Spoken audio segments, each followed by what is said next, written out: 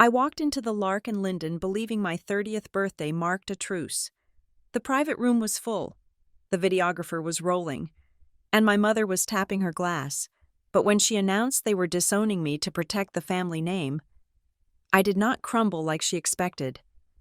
I just watched the red recording light blink, grabbed the microphone, and prepared to say the one sentence that would turn their performance into a confession. The mirror in my hallway was antique, a heavy thing with a gilded frame that had belonged to my grandmother, and for a long time, it was the only object in my apartment that felt substantial. On the evening of my 30th birthday, I stood in front of it and practiced my smile.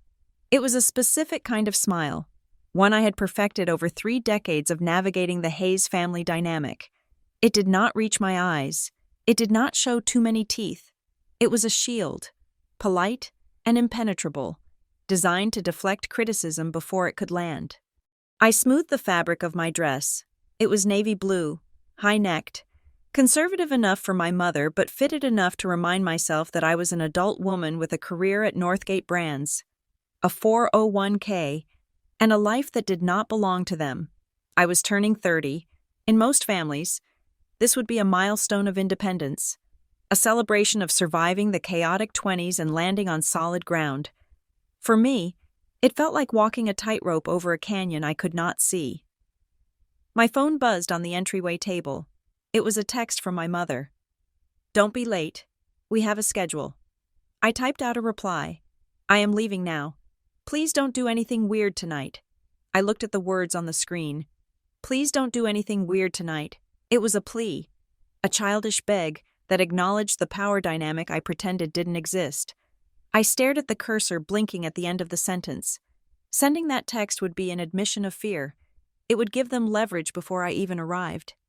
I held my thumb over the backspace key and deleted the message letter by letter until the screen was blank. Instead, I typed, "On my way."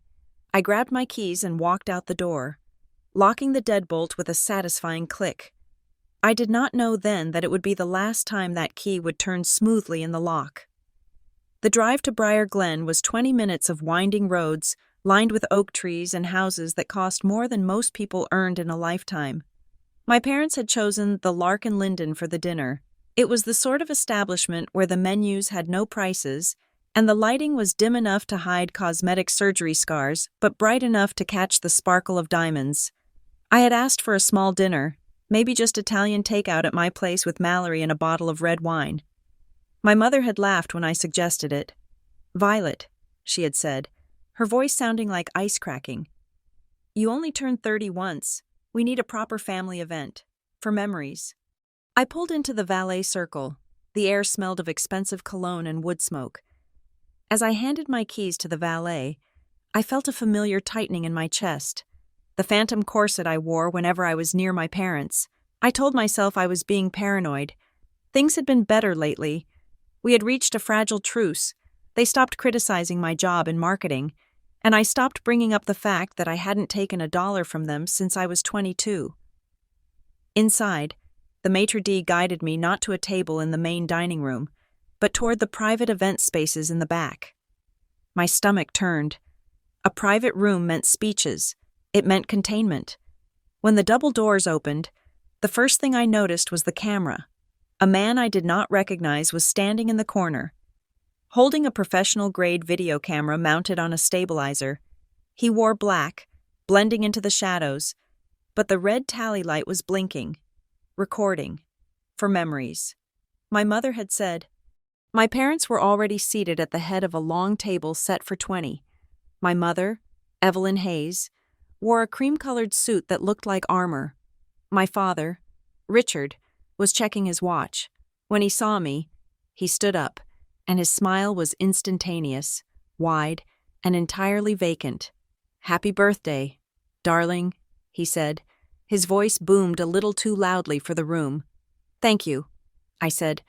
I moved to hug him, but he patted my shoulder stiffly, his eyes already darting past me to the camera lens. He was checking the angle. My mother remained seated. She extended a hand, her wrist limp, expecting me to take it. "You look tired." "Violet," she said. "I'm fine. Mother, Just a long week at work. We have a wonderful evening planned. She said, "Sit." I took the seat to her right. The room was filling up. It wasn't just family. There were business associates of my father, people I hadn't seen in years, and a few neighbors from my childhood home in Winton Harbor. It felt less like a birthday dinner and more like a shareholder meeting. Mallory arrived 5 minutes later, a burst of color in a room of beige and charcoal. She was wearing a bright green wrap dress and carrying a gift bag that looked like it had been wrapped by a toddler. I loved her for it. She scanned the room, her eyes narrowing when she saw the camera. Then she found me. She squeezed my shoulder as she sat down next to me. "This is intense," she whispered. "You didn't tell me we were filming a reality show. I didn't know." I murmured back, "Just smile. It keeps them calm." But the calm felt artificial. As the waiters began pouring wine, I started noticing the small things that didn't fit. My father was usually a drinker, scotch, neat, 3 glasses minimum, but tonight his glass was filled with iced tea that looked like amber liquor. My mother, who usually nitpicked the service within minutes, was sitting with her hands folded, staring straight ahead, her breathing regulated and rhythmic. Then there were the people by the door. A couple sat at a small 2-top table just inside the entrance. They weren't eating. They weren't talking to each other. They were both wearing dark suits, and every few minutes, the man would touch his ear. It was a gesture I had seen 1,000 times at the galas my parents used to drag me to. Security. But why did my birthday dinner need security? I tried to focus on the food. The soup was cold cucumber and dill. I swallowed it without tasting it. The conversation around the table was stilted. People were asking me polite, hollow questions. "How is the job?" "Violet? Are you seeing anyone?" "Violet?" I gave the rehearsed answers. "The job is challenging, but rewarding. No, I am focusing on my career right now." Every time I spoke. The cameraman took a step closer. The lens felt like the barrel of a gun. Halfway through the main course, something involving veal that I couldn't bring myself to cut, Mallory stood up. She tapped her glass with a fork. The sound was sharp, cutting through the low hum of conversation. "I'd like to make a toast," Mallory said. My mother's head snapped toward her. This wasn't on the schedule. I saw the flash of irritation in her eyes before she smoothed it over with a plastic smile. Mallory didn't notice, or she didn't care. She looked down at me, her expression softening. "I have known Violet since we were 6 years old," Mallory began, "and if there is one thing I know about her, it is that she is the most resilient person in this room. She has built a life for herself out of nothing but hard work and kindness. She is the person you call at 4 a.m. when your world is falling apart. She is loyal, she is brave, and she deserves every bit of happiness she has found. Happy 30th. Vi." It was beautiful. It was true, and it made the air in the room freeze. I looked at my parents. They weren't smiling. They looked tense, almost panicked. Mallory's warmth was off script. It painted me as a human being, as someone loved and capable. And for some reason, that was a problem. My father cleared his throat loudly. "Thank you. Mallory, that was quaint?" My mother stood up immediately. Her chair scraped against the floorboards. The cameraman rushed to get a better angle, dropping to one knee to frame her against the floral arrangement in the center of the table. "I have a few words as well," my mother said. I put my napkin on my lap. My hands were trembling beneath the table. I gripped my own thumbs, trying to steady them. "Violet," my mother said. She wasn't looking at me. She was looking at the camera. "Today you turn 30, she continued. "It is a milestone, a time for reflection, and a time for hard truths." The room went silent. The waiters stopped moving. The couple by the door shifted in their chairs, their bodies turning toward us. "Our family has always stood for integrity," my mother said. Her voice was gaining strength, projecting like she was on a stage. "We have built the Hayes name on honor, on charity, on moral fortitude." I looked at my father. He was staring at the tablecloth. His jaw clenched so hard a muscle was jumping in his cheek. "But you, Violet," my mother said, turning to point a manicured finger at me. You have lost your way. My heart hammered against my ribs. What was she doing? We have tried to help you, she said, her voice dropping to a theatrical whisper of sorrow. We have tried to guide you, but your choices, your lifestyle, your refusal to adhere to the standards of this family. We can no longer stand by and watch. Mom, I whispered, what are you talking about? She ignored me. She looked straight into the lens. So, tonight, on your 30th birthday, we are making a decision. For the good of the family, for the good of the foundation, we are here to disown you. The words hung in the air, heavy and absurd. Disown. It was a word from a Victorian novel, not a birthday dinner in Briar Glen. I looked around the room. I expected shock.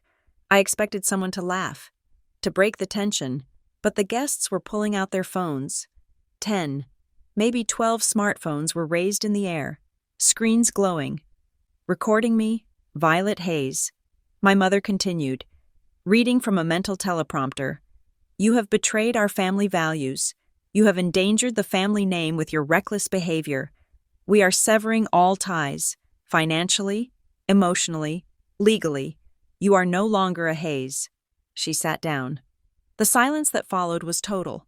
The videographer zoomed in on my face. I sat there, frozen. My mind was racing, trying to find the logic. Reckless behavior? I worked in marketing. I paid my taxes. I watered my plants. I had never been arrested. I had never caused a scandal. Then I looked at the phones again. I looked at the videographer. I looked at the way my mother checked her reflection in the back of a spoon. This wasn't an intervention. It wasn't a punishment. It was a content strategy. They were filming this. They wanted this to be public. They wanted a video of the righteous, heartbroken parents cutting off the toxic daughter. They were crafting a narrative, and I was the villain. Why? The question burned in my throat. Why now? Why here? I felt tears pricking my eyes. Hot and humiliating. That was what they wanted. They wanted me to cry. They wanted me to scream, to flip the table, to prove that I was unstable. I looked at Mallory. She looked ready to kill. She started to stand up, her mouth opening to defend me. I put a hand on her arm. No, this was my fight. I stood up. My legs felt like they were made of water, but I forced them to hold me. The cameraman adjusted his focus. The red light blinked. I looked at my mother. She looked triumphant. She thought she had won. She thought she had shamed me into silence. I saw a microphone on the podium near the wall, usually used for wedding toasts. I walked over to it. The room watched me. The couple by the door stood up slowly, their hands hovering near their waists. I took the microphone. It was heavy, cold chrome. My hand was shaking so bad the mic rattled against the stand, a metallic clack, clack, clack that echoed through the speakers. I took a breath. I closed my eyes for a second, and in the darkness behind my lids, a memory surfaced. A memory from when I was 19, sitting in my father's study, waiting to ask for tuition money, and seeing a file on his desk that I wasn't supposed to see. A file with a name that sounded like a law firm but wasn't. I opened my eyes. I looked directly at my father. I'm sorry you feel that way, I said. My voice was amplified, filling the room, drowning out the low murmur of the guests. I gripped the mic tighter. But if we are talking about family values, I said, my voice steadying, maybe we should talk about the wire transfer to Marrow and Pike Advisory on the 19th of October. 2014. The reaction was instantaneous. My father's face drained of blood. It went past pale. It went gray. He looked like a man who had been shot. My mother gasped. A sharp, ragged sound that the microphone picked up. The two strangers by the door stepped forward, moving fast. I saw the fear in my father's eyes. It was raw. It was absolute. And in that second, I understood everything. They weren't disowning me because I was a disappointment. They were disowning me because I was a liability. They were trying to discredit me before I could ever speak. They were terrified. I held the microphone for 1 second longer. I looked at the camera. Then at my parents. I won't beg, I said softly. I won't scream. and I won't protect your lies anymore. I placed the microphone back on the stand. It made a thud that sounded like a gavel. I walked out. I didn't run. I walked past the stunned guests, past the waiters holding trays of melting sorbet, past the security guards who looked unsure whether to tackle me or let me go. Mallory was right behind me. We burst out into the cool night air. The valet was there, holding my keys. I snatched them from him. "Violet!" Mallory shouted. "Violet! Wait! You can't drive." "I can drive." I said. I unlocked the car. "Get in." We sped out of the parking lot, tires screeching slightly on the asphalt. I watched the rearview mirror, half expecting to see police lights or a black SUV following us. But the road behind us was empty. My hands were gripping the steering wheel so hard my knuckles were white. "What the hell was that?" Mallory asked. Her voice was shaking. "What is Marrow and Pike?" "I don't know." I said. I honestly didn't. It was just a name I remembered. A name on a folder that made my father scream at me when I asked about it 10 years ago. "But did you see his face, Mal? Did you see it?" He looked like he was going to throw up. Mallory said. I drove toward the highway, putting distance between me and the Lark and Linden. My phone started blowing up. Notifications were pouring in. Mallory checked hers. "Oh my God." She said. "What?" "It's already online," she said. "Someone live-streamed it." I felt a cold wash of nausea. "Read it." Mallory hesitated. "Vi, you don't want to?" "Read it." Mallory sighed.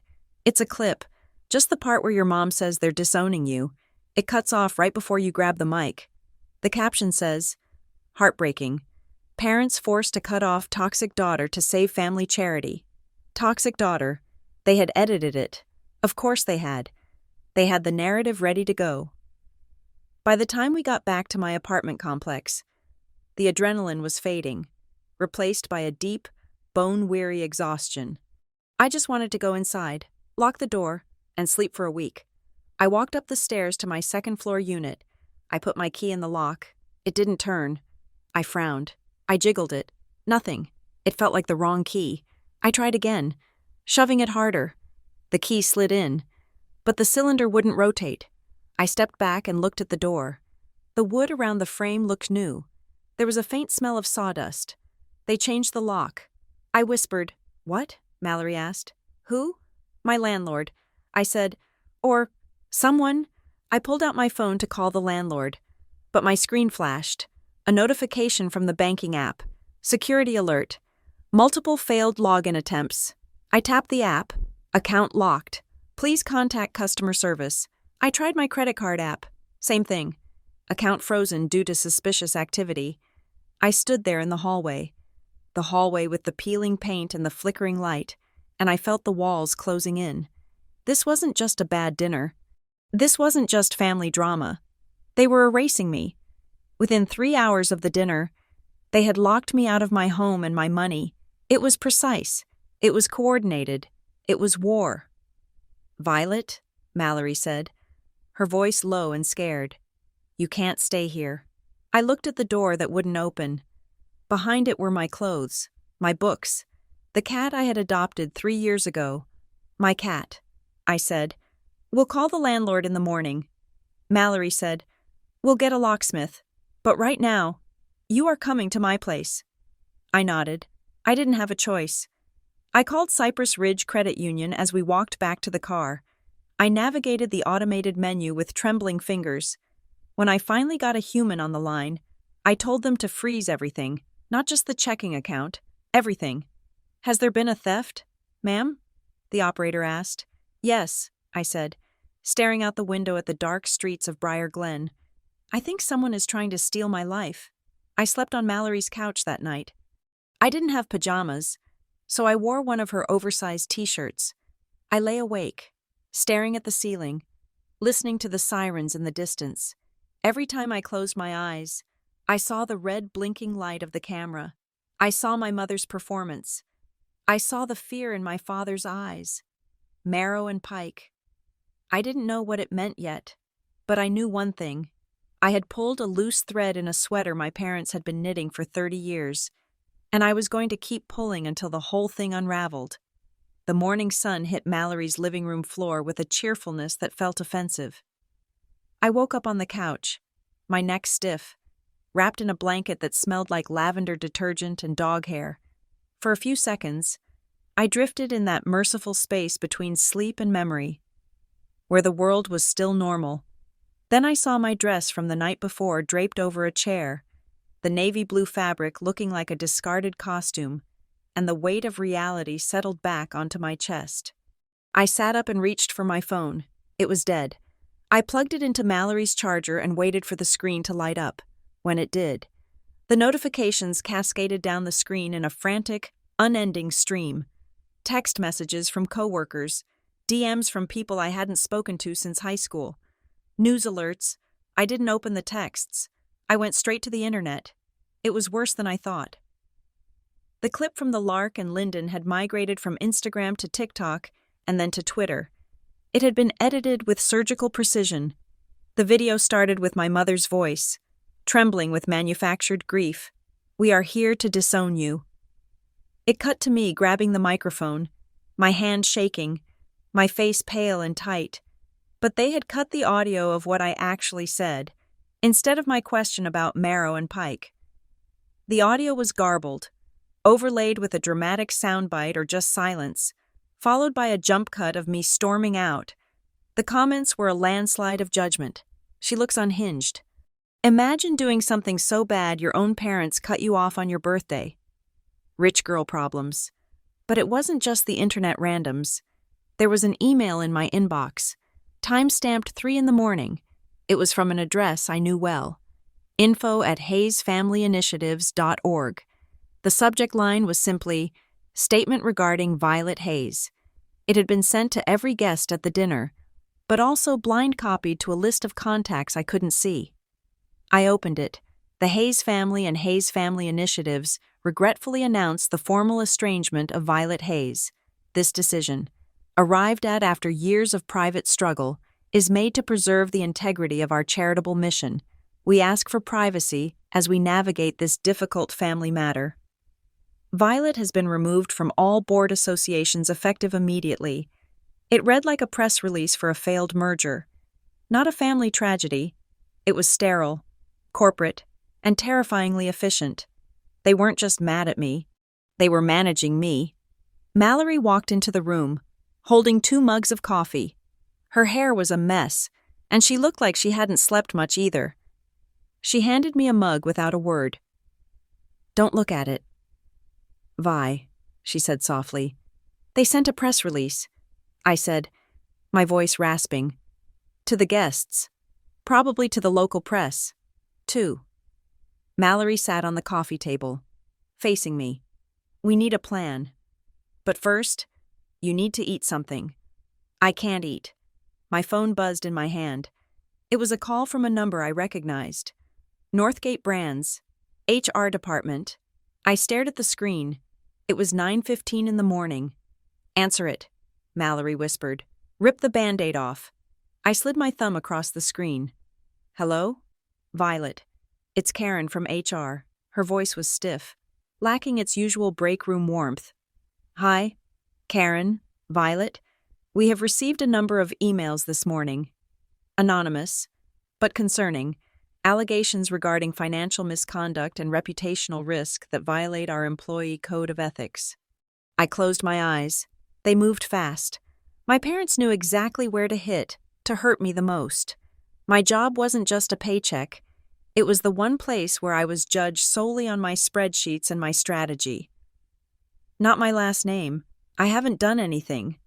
"Karen, you know my work." "I know," Karen said. And for a second, she sounded apologetic. But given the public nature of the video circulating and the severity of the accusations, we have to follow protocol. "We are placing you on administrative leave pending a third-party review. Suspended." "For how long?" I asked. I was surprised by how steady my voice sounded. I wasn't angry. I was just tired. A deep, marrow-level exhaustion that made my bones feel heavy. "Until the review is complete," Karen said. Your access to the system has been temporarily disabled. I'm sorry. Violet. I hung up. I looked at Mallory. I'm suspended. I said. Mallory swore.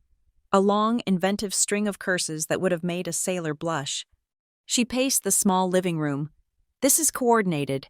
This isn't just a parents got mad thing. This is a demolition. She was right. I sat there, sipping the coffee that tasted like ash, and tried to think. Let's look at the timeline, Mallory said, grabbing a notepad from her desk. She sat back down. Walk me through it. When did your mom ask for the private room? 2 weeks ago. I said. She said she wanted it intimate, but then she invited who? Family friends? Business partners? People from the foundation board? People who matter to their image, Mallory noted. Writing it down. And the videographer? She insisted. Said it was for memories. Mallory tapped the pen against the paper. You don't hire a pro videographer and a lighting guy for a private family fight unless you intend to broadcast it. And the mic? I frowned. The mic was already there, on the podium, but it was on. Mallory said, in a small private room. You don't need a mic to be heard. Someone made sure the sound system was active. They wanted you to speak. They wanted a reaction they could record. I shivered. The realization was cold and sharp. They had set the stage. They had lit the lights. They had prodded me until I snapped, waiting for the footage they could use to bury me. But why? I asked. Why go through all this trouble? If they wanted to disown me, they could have just sent a letter. They could have just changed the will. Because you know something, Mallory said. Or they think you do. Marrow and Pike. The name floated in my head again. I didn't know what it was. I only knew that seeing it 10 years ago had caused the only other time I had seen true fear in my father's eyes. My phone buzzed again. I flinched, expecting another blow, but it was a text from an unknown number. Ms. Hayes. My name is Ethan Rowe. I am an attorney with Rowe and Calder. I saw the press release issued by HFI this morning. I believe we should speak. I am at the Coffee Bean on 4th Street. I will wait for 1 hour. I showed the phone to Mallory. Do you know him? No, she said. But Rowe and Calder is a serious firm. They handle corporate litigation, not family law. I stood up. I have to go. I'm coming with you. Mallory said. No. I said, I need you to go to my apartment. If the landlord is really locking me out, I need my laptop. I need my files. I need the cat. Mallory hesitated, then nodded. Okay, I'll get Barnaby. But be careful. The Coffee Bean was quiet, the morning rush having faded into the mid-morning lull of freelancers and retirees. I spotted him immediately. He was the only person wearing a suit that cost more than my car used to. Ethan Rowe was younger than I expected, maybe late 30s, with sharp features and wire-rimmed glasses that he adjusted as I approached. He had a cup of black coffee in front of him and a printed copy of my parents' press release on the table. Ms. Hayes, he said, standing up. He didn't smile. He offered a hand, and his grip was firm, dry, and professional. Mr. Rowe, I said, sitting opposite him.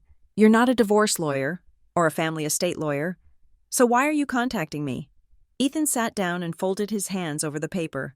You are correct. I specialize in forensic litigation and reputational coercion. That sounds expensive. I said, It is, he agreed, but I'm not asking for a retainer yet. I'm asking because I read this statement. He tapped the paper. And it's sloppy, he said. I frowned. It seemed perfectly crafted to ruin me. To the layperson. Yes, Ethan said. But to a lawyer? It's defensive. You don't issue a press release about a family estrangement unless you are trying to control a narrative that you fear is about to spin out of control. They mention years of private struggle, but the video shows a very sudden, staged public event. They mention protecting the integrity of the mission. That's language used when an organization is under audit or internal investigation. He looked at me, his eyes dark and assessing. They aren't punishing you. Violet, they are preempting you. I felt a chill. That was exactly what I had thought the night before. What did you say to them? Ethan asked. In the video. The audio cuts out, but I saw the reaction in the room. You dropped a bomb. What was it? I hesitated. I didn't know this man. But I had no one else. My parents had an army of lawyers. I had Mallory and a suspended job. I mentioned a name. I said quietly, Marrow and Pike Advisory. Ethan went very still. He didn't write it down. He just absorbed it. What do you know about them? He asked. Nothing, I admitted. I saw a file with that name on my father's desk when I was 19. He screamed at me. He told me never to speak of it, last night. When they cornered me, I just wanted to remind him that I knew he had secrets too. Ethan took a slow sip of his coffee. Marrow and Pike isn't an advisory firm. Ms. Hayes, it was a shell company dissolved 5 years ago. It was flagged in an ongoing SEC investigation regarding offshore laundering, but nothing ever stuck because the documentation vanished. My stomach dropped. Laundering? If your father was doing business with them, Ethan said, his voice lowering, and if he used the Foundation's accounts to do it, then protecting the mission takes on a very different meaning. He leaned forward. Violet, I need to ask you a question, and I need you to be brutally honest. Why did you stay silent for 10 years? You knew something was wrong in that house. You knew they were manipulative. Why did you play along until last night? It was a fair question. It was the question I had been avoiding asking myself. I looked out the window at the passing cars. I thought if I was good enough, if I was perfect enough, they would eventually love me. I said. It sounded pathetic said out loud. And I thought they were just strict. I thought they were trying to protect the family legacy. I didn't want to be the one to wreck it. I thought by protecting their reputation, I was protecting the good work the Foundation did. Ethan nodded. He didn't judge. He just cataloged the answer. Complicity is often built on the desire for approval, he said. But now we need to see how deep they have buried you. Do you have access to your trust? I laughed. A dry, harsh sound. I don't have a trust. My parents always said they didn't believe in handing out money. Ethan raised an eyebrow. The Hayes family has been wealthy for 3 generations. There is always a trust. It's tax efficient. If you didn't receive it, someone else is managing it, or someone else is spending it. He pulled a laptop from his bag. Do you have your social security number memorized? Yes. He typed rapidly for a few minutes. I watched his face. It remained impassive, but his eyes narrowed slightly. Here, he said, turning the screen toward me. It was a database search result. The Violet Hayes Irrevocable Trust. Formed 20 years ago. It exists, I whispered. Look at the mailing address. Ethan said. I looked. The address listed wasn't my apartment. It wasn't even my parents' house. It was a P.O. box in Winton Harbor. And look at the trustee status, Ethan pointed out. Modified 6 years ago. Power of attorney granted to Richard Hayes. They took it, I said. They moved it. Ethan corrected. They changed the address so you wouldn't get the statements. They assumed you would never look because they raised you to believe it didn't exist. This is identity manipulation. Violet, it's fraud. But it's buried under a pile of family consent forms you probably signed without reading when you were 21.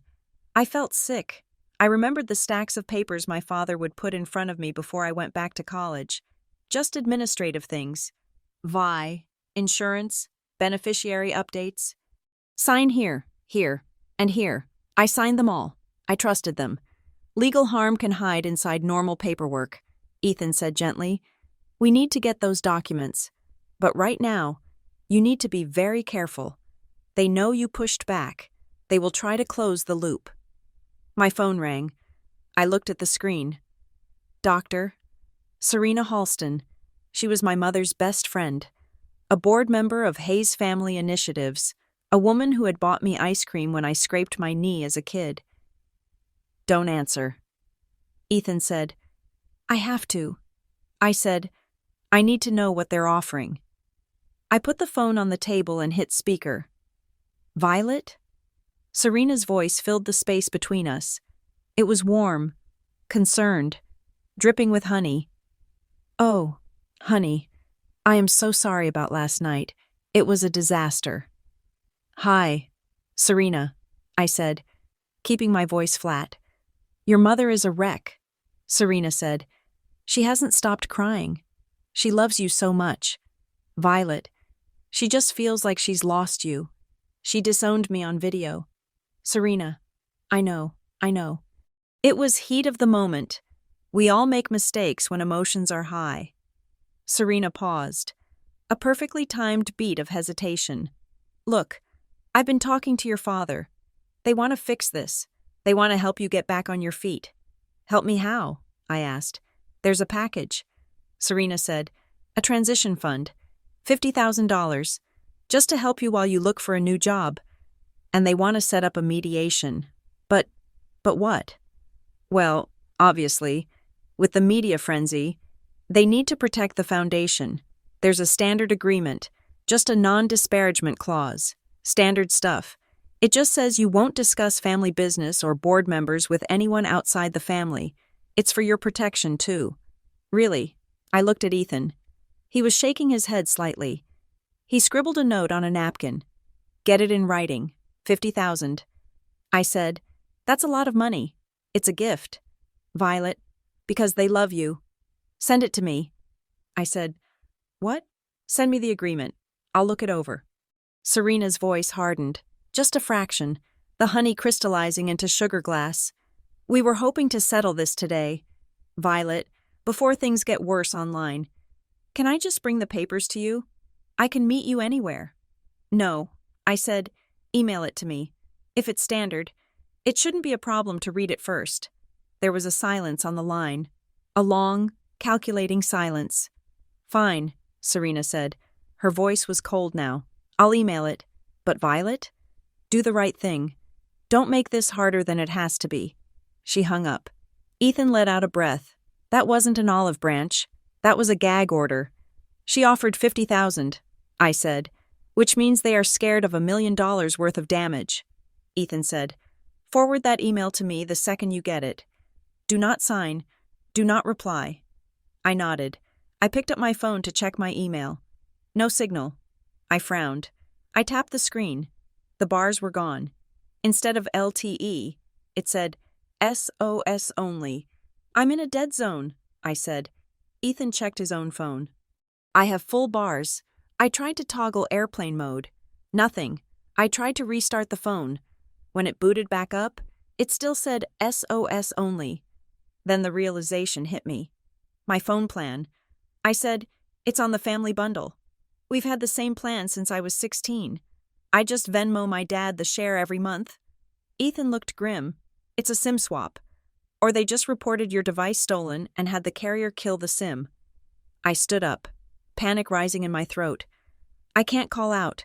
I can't get two-factor authentication codes. My email, my bank, everything is tied to this number. Ethan stood up too. We need to move. They are shutting down your comms. This is the squeeze. Violet, they isolate you. They starve you of resources. And then they present the NDA again when you're desperate.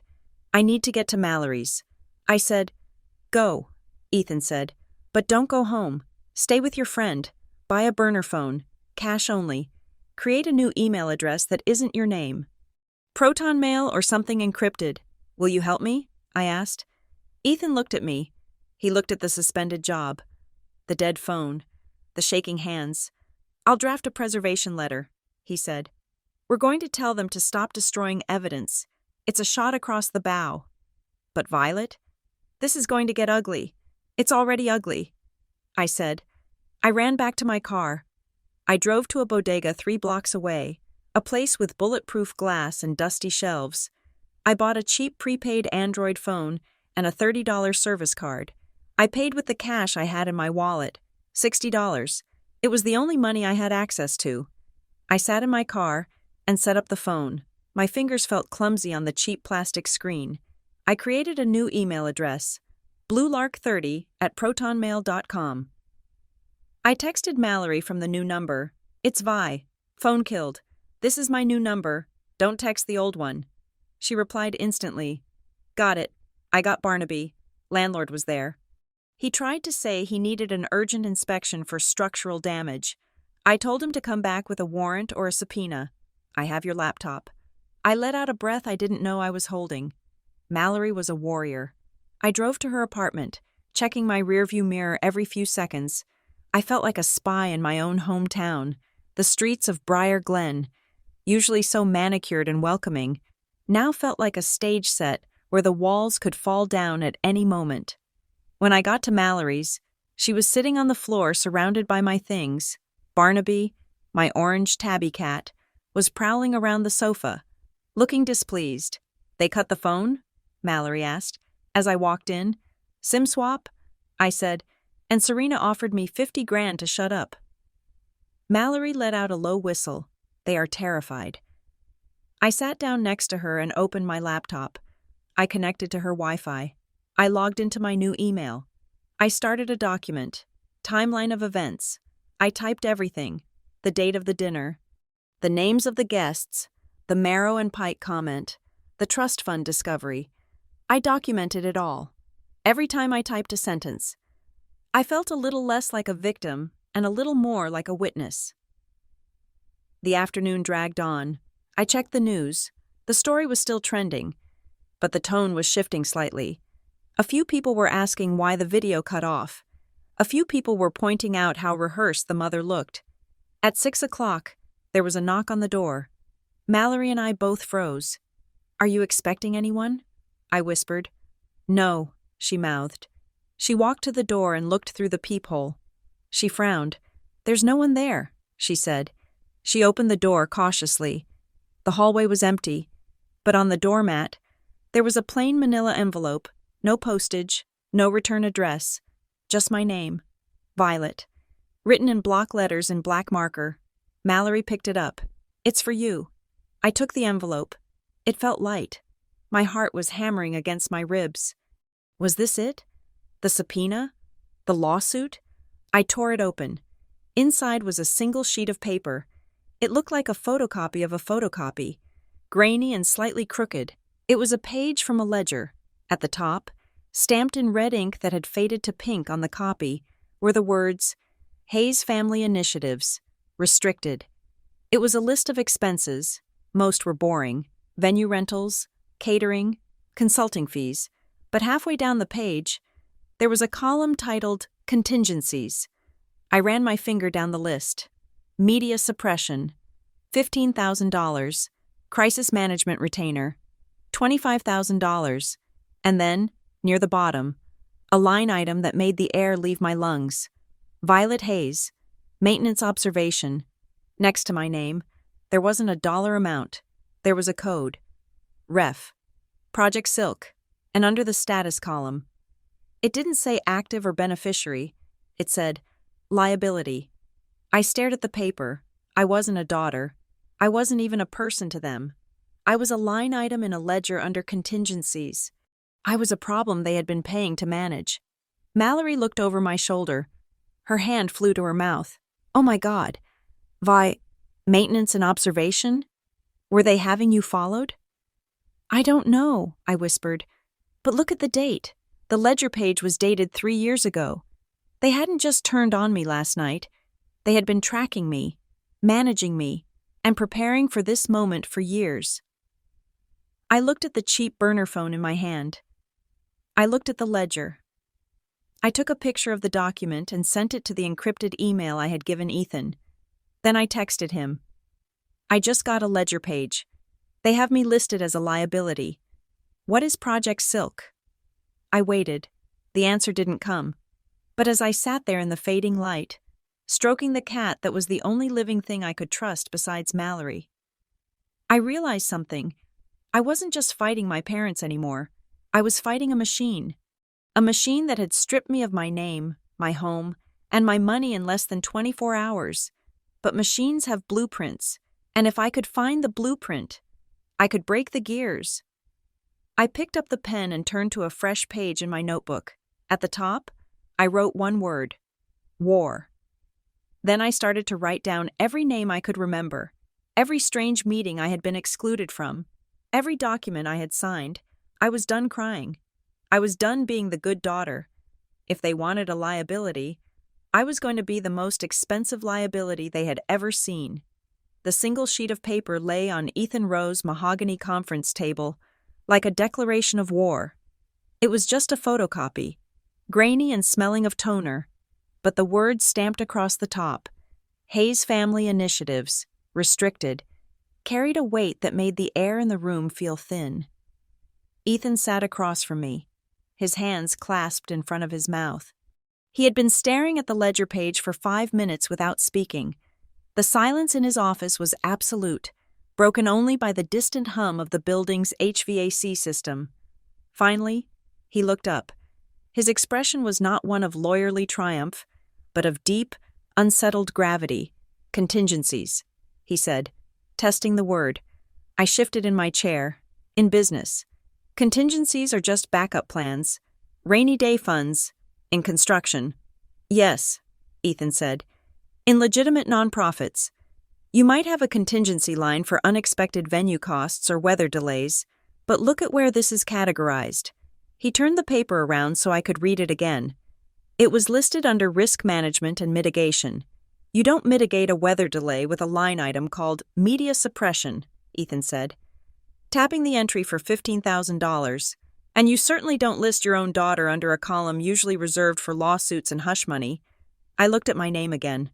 Violet Hayes. Maintenance and observation. The code next to it. Ref. Project Silk. It makes me sound like a leaky roof, I said, or a cracked foundation they are trying to patch. It makes you sound like a liability. Ethan corrected gently. A known problem. Violet. This date is from 3 years ago. This wasn't a reaction to your birthday. This was a line item in their budget long before you grabbed that microphone. They have been paying to manage you. Manage me how? I asked, my voice rising slightly. I've been independent. I pay my own bills. I live in a different city. Ethan leaned back. That is what we need to find out. But observation implies surveillance, private investigators, digital monitoring. Maintenance could mean anything from greasing wheels to ensure you didn't get certain promotions, to ensuring you stayed in a specific social lane. I felt a cold flush of nausea. I thought about the job rejection I had received 2 years ago, a dream role at a competitor firm that had fallen through at the final stage for vague reasons. I thought about the guys I had dated who seemed to lose interest suddenly, or the apartment application that was denied despite my perfect credit score. Had that been them? Had they been curating my life to keep me small? To keep me close enough to control, but far enough away to be plausible deniability? Ethan took off his glasses and rubbed the bridge of his nose. This changes the strategy. Violet, we are not just dealing with a family dispute. We are dealing with an organization that views its family members as assets or risks. And right now, you are a risk they have stopped maintaining and started liquidating. I stood up. I couldn't sit still anymore. The leather chair felt like it was swallowing me. I need to go there, I said. Where? The foundation. HF. I headquarters. Ethan frowned. Violet, that is a terrible idea. You are persona non grata. They won't let you in. And if you cause a scene, they will use it to bolster the narrative that you are unstable. I won't cause a scene, I said, grabbing my purse. I have personal things in the satellite office I used when I consulted for them briefly last summer. A box of books, my lucky stapler, just stupid things. You are going for a stapler? I am going to see them look me in the eye, I said. I want to see if they can do it when the cameras aren't rolling. Ethan looked at me for a long moment, then sighed. Don't sign anything, don't yell, and take your burner phone, but keep it recording in your pocket. I drove to Winton Harbor with the radio off. The silence of the car gave me too much space to think, but I forced myself to focus on the road. Winton Harbor was old money. It was a town of high hedges, slate roofs, and silence. The Hayes Family Initiative's headquarters was located in a renovated textile mill by the river, a beautiful brick structure with floor-to-ceiling glass windows that screamed transparency. The irony was not lost on me. I parked in the visitor lot. My heart was hammering a frantic rhythm against my ribs, but I forced my breathing to slow. In through the nose, out through the mouth. I checked my reflection in the rearview mirror. I looked tired. Yes, but I didn't look crazy. I looked like a woman who had come to collect her things. I walked up the stone path to the main entrance. The heavy glass doors slid open with a smooth, expensive hush. The lobby was an atrium of light and limestone, A massive portrait of my grandfather hung behind the reception desk, his eyes benevolent and watchful. I walked toward the desk. The receptionist was a woman named Sarah. I had known her for 5 years. We had exchanged Christmas cards. She had knit me a scarf once. "Hi, Sarah," I said, trying to keep my voice casual. Sarah looked up. Her smile started to form, instinctive and warm, and then it died. It withered on her face like a flower hit by frost. She glanced down at her screen, then back at me. Her eyes were wide, darting toward the security station near the elevators. "Violet," she whispered, "you shouldn't be here. I just came to get my box." "Sarah, from the 3rd-floor flex office, I left some books and a sweater. I can't let you up," she said. Her voice was trembling. "I'm sorry. They sent a memo. Strict access control. Your badge has been deactivated. I know the badge is dead. Sarah, I'm asking you to just let me go grab a cardboard box. It will take 5 minutes." Sarah looked torn. She reached for the phone, but before she could lift the receiver, a shadow fell over the desk. It was the head of security, a man named Miller, ex-military, thick-necked, efficient.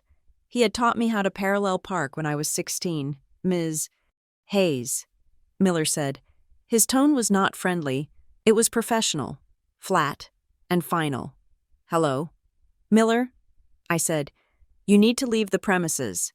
I'm just here for my personal property. We will courier any personal effects to your address of record." Miller said, "Please step away from the desk. My address of record is my apartment, which I'm currently locked out of." I said, keeping my voice level, "Can I just wait here while someone brings it down?" "No." Miller said. He took a step forward. He wasn't threatening me physically, but he was occupying my space, using his size to push me back without touching me. "You are trespassing. Ms. Hayes, if you do not leave voluntarily, I will have to call the Winton Harbor Police, and given the current situation, I don't think you want a police report filed." I looked at him. I looked into the eyes of a man who had once sat at my kitchen table and eaten birthday cake. There was no recognition there, just orders. I looked past him. Through the glass walls of the conference room on the ground floor, I saw people in suits having a meeting. Normal people, doing normal work. They looked up and saw me. They didn't wave. They stared. It hit me then. The profound, crushing realization that there was no misunderstanding. This wasn't a family squabble where everyone secretly wanted to make up. This was a system rejecting a foreign body. I was the foreign body. I didn't cry. I didn't scream. I just felt a quiet, heavy grief settle in my chest. Displacing the hope I hadn't realized I was still holding on to, I had wanted to believe my parents were just old-fashioned, strict, maybe a little narcissistically obsessed with image. But you don't treat a daughter like a trespasser because you are strict. You do it because you are calculating. You do it because you are afraid of what she knows. I understand. "Miller," I said. I turned around and walked out. I didn't look back at Sarah. I didn't look at my grandfather's portrait. I walked to my car, got in, and drove away. I didn't cry until I was 5 miles down the highway. And even then, it was just a few hot tears that I wiped away angrily with the back of my hand. I went straight to Mallory's apartment. When I walked in, there was a stranger sitting at her kitchen table. She was a woman with sharp, angular features and hair dyed a striking shade of silver gray. She wore a leather jacket over a silk blouse, and she was typing furiously on a laptop that looked like it had been modified. "Violet, this is Dara Sloan," Mallory said, coming out of the kitchen with a fresh pot of coffee. "She's the forensic accountant I told you about. She owes me a favor from that time I bailed her brother out of that thing in Vegas." Dara didn't look up. "Nice to meet you. Your parents' books are a mess." I blinked. "You have their books?"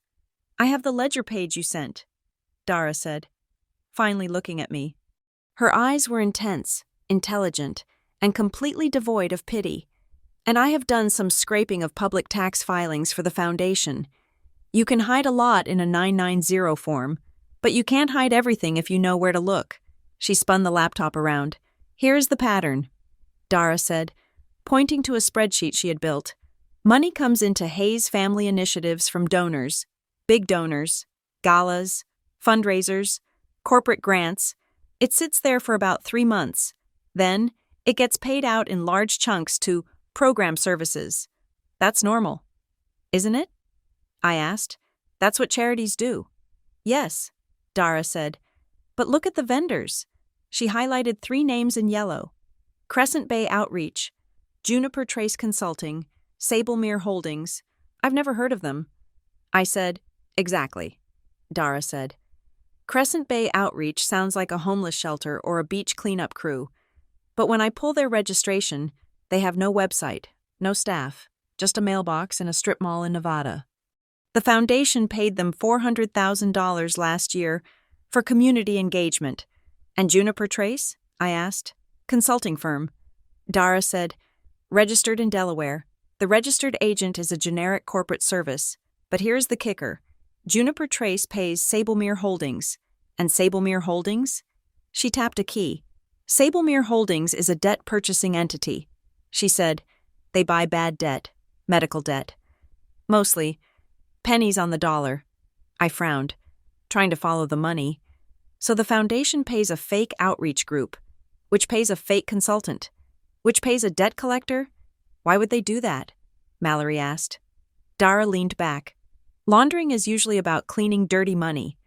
This looks like they are moving clean money out of the foundation to use it for something else, or that they are using the foundation to funnel cash to Sablemere to buy leverage. She looked at me. Violet, think back. Did you ever sign anything for your father? Anything that wasn't just a birthday card? The memory surfaced instantly, sharp and clear. I was 19. It was the summer after my freshman year of college. I was home for the break, and my father had called me into his study. He was drinking scotch, looking stressed. He told me he needed help with a foundation project. He said they needed a youth liaison for a new initiative. It's just a formality. Vi, he had said, we need a family member's name on the paperwork to show we're committed. You don't have to do anything. Just sign here as the acting director of the junior board. I signed it, I whispered. I felt the blood drain from my face. I signed a stack of papers. He said it was an internship. He said it would look good on my resume. Did you ever do any work for this junior board? Dara asked. No, we never even had a meeting. Dara's expression turned grim. That's what I was afraid of.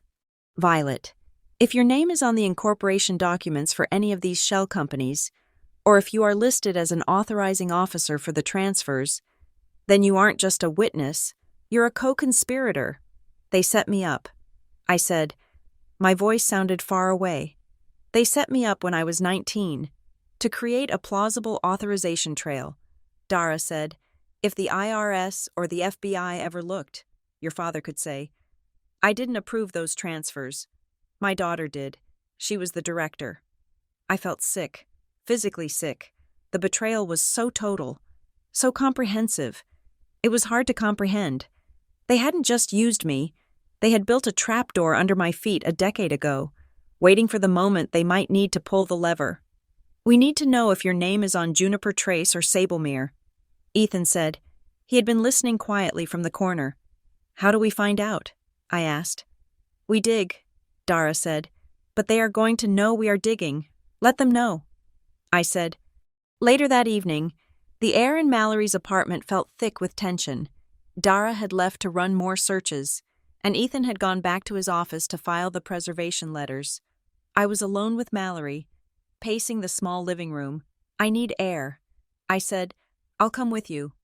Mallory said, no, I just need to stand outside for 5 minutes. I won't go far. Just to the parking lot. I walked down the 3 flights of stairs and pushed open the heavy metal door to the back lot. The night air was cool and smelled of rain and wet asphalt. I took a deep breath, trying to clear the smell of stale coffee and fear from my lungs. I leaned against the brick wall of the building, closing my eyes. Violet. The voice was soft, familiar. My eyes snapped open, standing 10 feet away. Near a dark sedan I didn't recognize was my father. He looked terrible. In the harsh yellow light of the parking lot lamps, he looked 20 years older than he had at the dinner. His shoulders were slumped, He wasn't wearing a tie. His suit jacket was unbuttoned. "Dad," I said. I didn't step forward. I pressed my back against the brick wall. "I just want to talk," he said. He held up his hands, palms out. No cameras, no lawyers, just us. "How did you find me?" I asked. "I'm your father, Violet. I always know where you are." It wasn't a comfort. It was a reminder of the surveillance, maintenance and observation. "Go away." I said. "Please," he said. He took a step forward, and for the first time, I saw that he was trembling. "Violet, this has gotten out of hand. Your mother, she's not thinking clearly. But I can fix this." "Fix it how?" I asked. "By locking me out of my bank account? By sending security to threaten me?"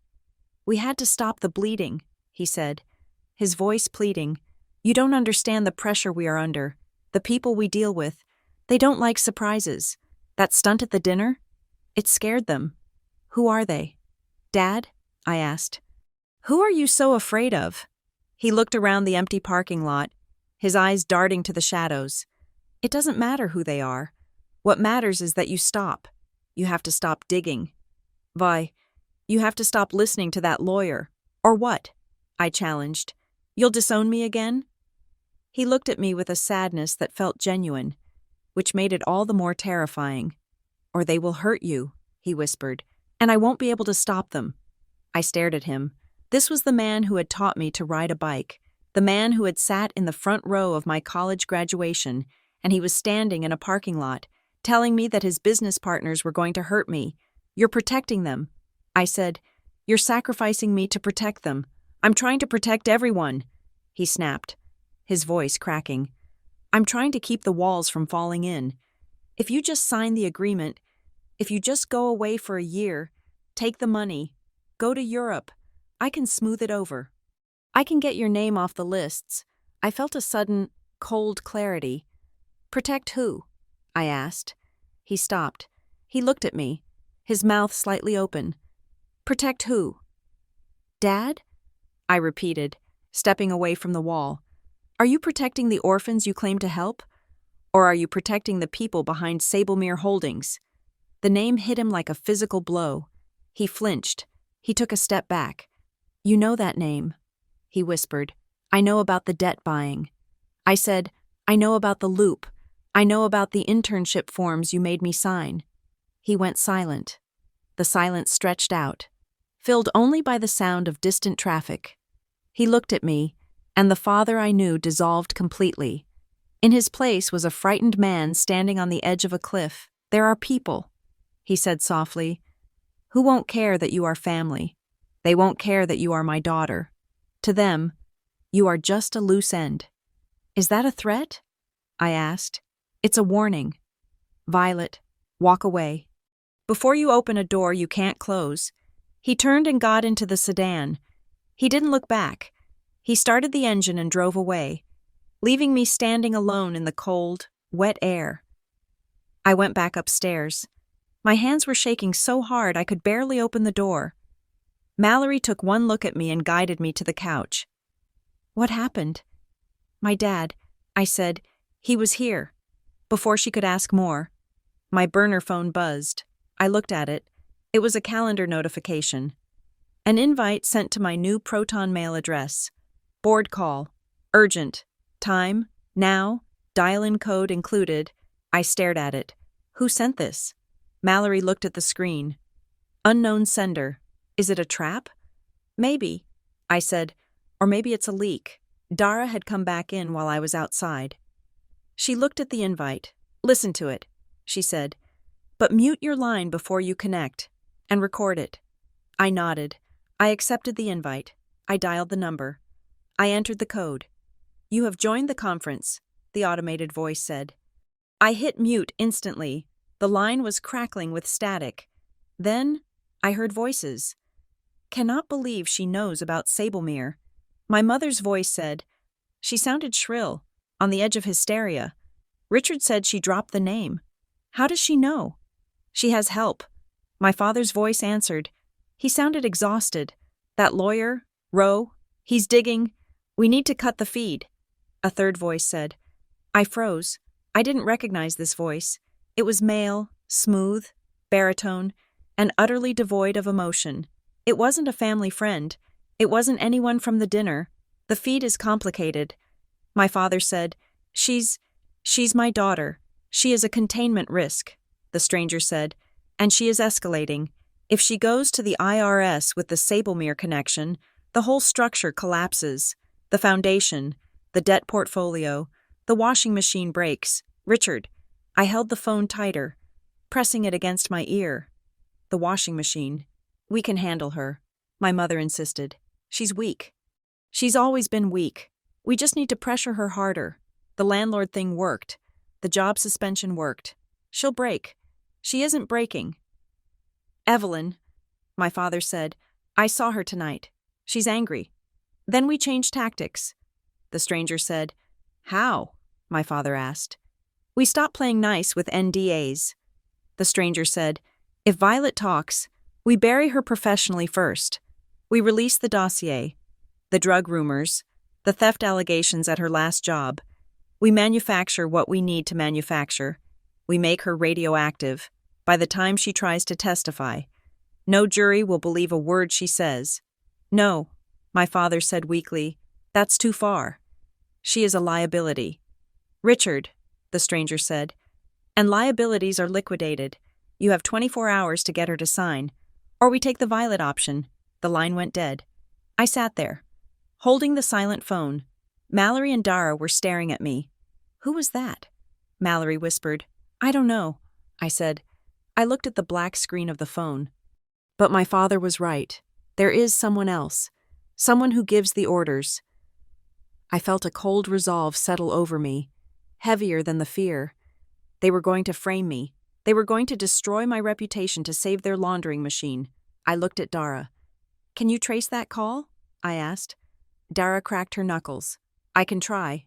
Do it, I said. And Ethan? He was already packing his briefcase.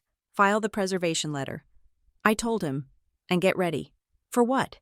Ethan asked. I stood up. They want a war? I said, let's give them one. But we aren't going to fight them on their terms. We aren't going to defend my reputation. What are we going to do? Mallory asked. We're going to burn the washing machine down, I said. The preservation letter went out on a Tuesday morning. It was not a lawsuit. Not yet. It was a singular, terrifyingly polite sheet of paper on Rowe and Calder letterhead, sent via courier to the headquarters of Hayes Family Initiatives, and simultaneously served to the registered agents of Juniper Trace Consulting and Sablemere Holdings. Ethan let me read the draft before he sent it. The language was precise, devoid of emotion, and lethal in its implications. To the Board of Directors, you are hereby notified to preserve all records, including but not limited to electronic correspondence, financial ledgers, vendor contracts, and internal memoranda, pertaining to the following entities. It was a warning shot. It told them, we know the names of your shell companies, we know you are deleting things, and if you delete one more email, you are committing a felony. Ethan signed it with a flourish of his fountain pen. This will buy us time, he said. They will have to pause the shredders. Their legal counsel, whoever is actually pulling the strings, will tell them to lock everything down. Panic makes people sloppy. Violet, we are counting on them to make a mistake. I sat in the leather chair across from him, feeling a strange mix of dread and adrenaline. The game had changed. I wasn't just the disowned daughter anymore. I was the plaintiff. Now, Ethan said, capping his pen, you have a meeting with Northgate Brands. I felt my stomach tighten. I'm still suspended. Exactly, Ethan said. But you are not going in there to beg for your job back. You are going in there to control the narrative. You are going to show them that you are not a risk to the company. You are the victim of a coordinated external attack. Companies hate risk, Violet, but they hate being manipulated by third parties even more. I put on my best suit, charcoal gray, sharp lines, and drove to the Northgate office. My badge didn't work at the turnstile. I had to wait for the receptionist to call Karen from HR to come get me. The walk to the conference room felt like a perp walk. Heads turned. Whispers trailed behind me like static electricity. I kept my chin up, staring straight ahead. Karen was waiting in the small conference room, accompanied by a man I didn't recognize, someone from legal. I assumed he had a yellow legal pad and a face that suggested he had already decided I was guilty. "Violet," Karen said, her voice tight. "Thank you for coming in.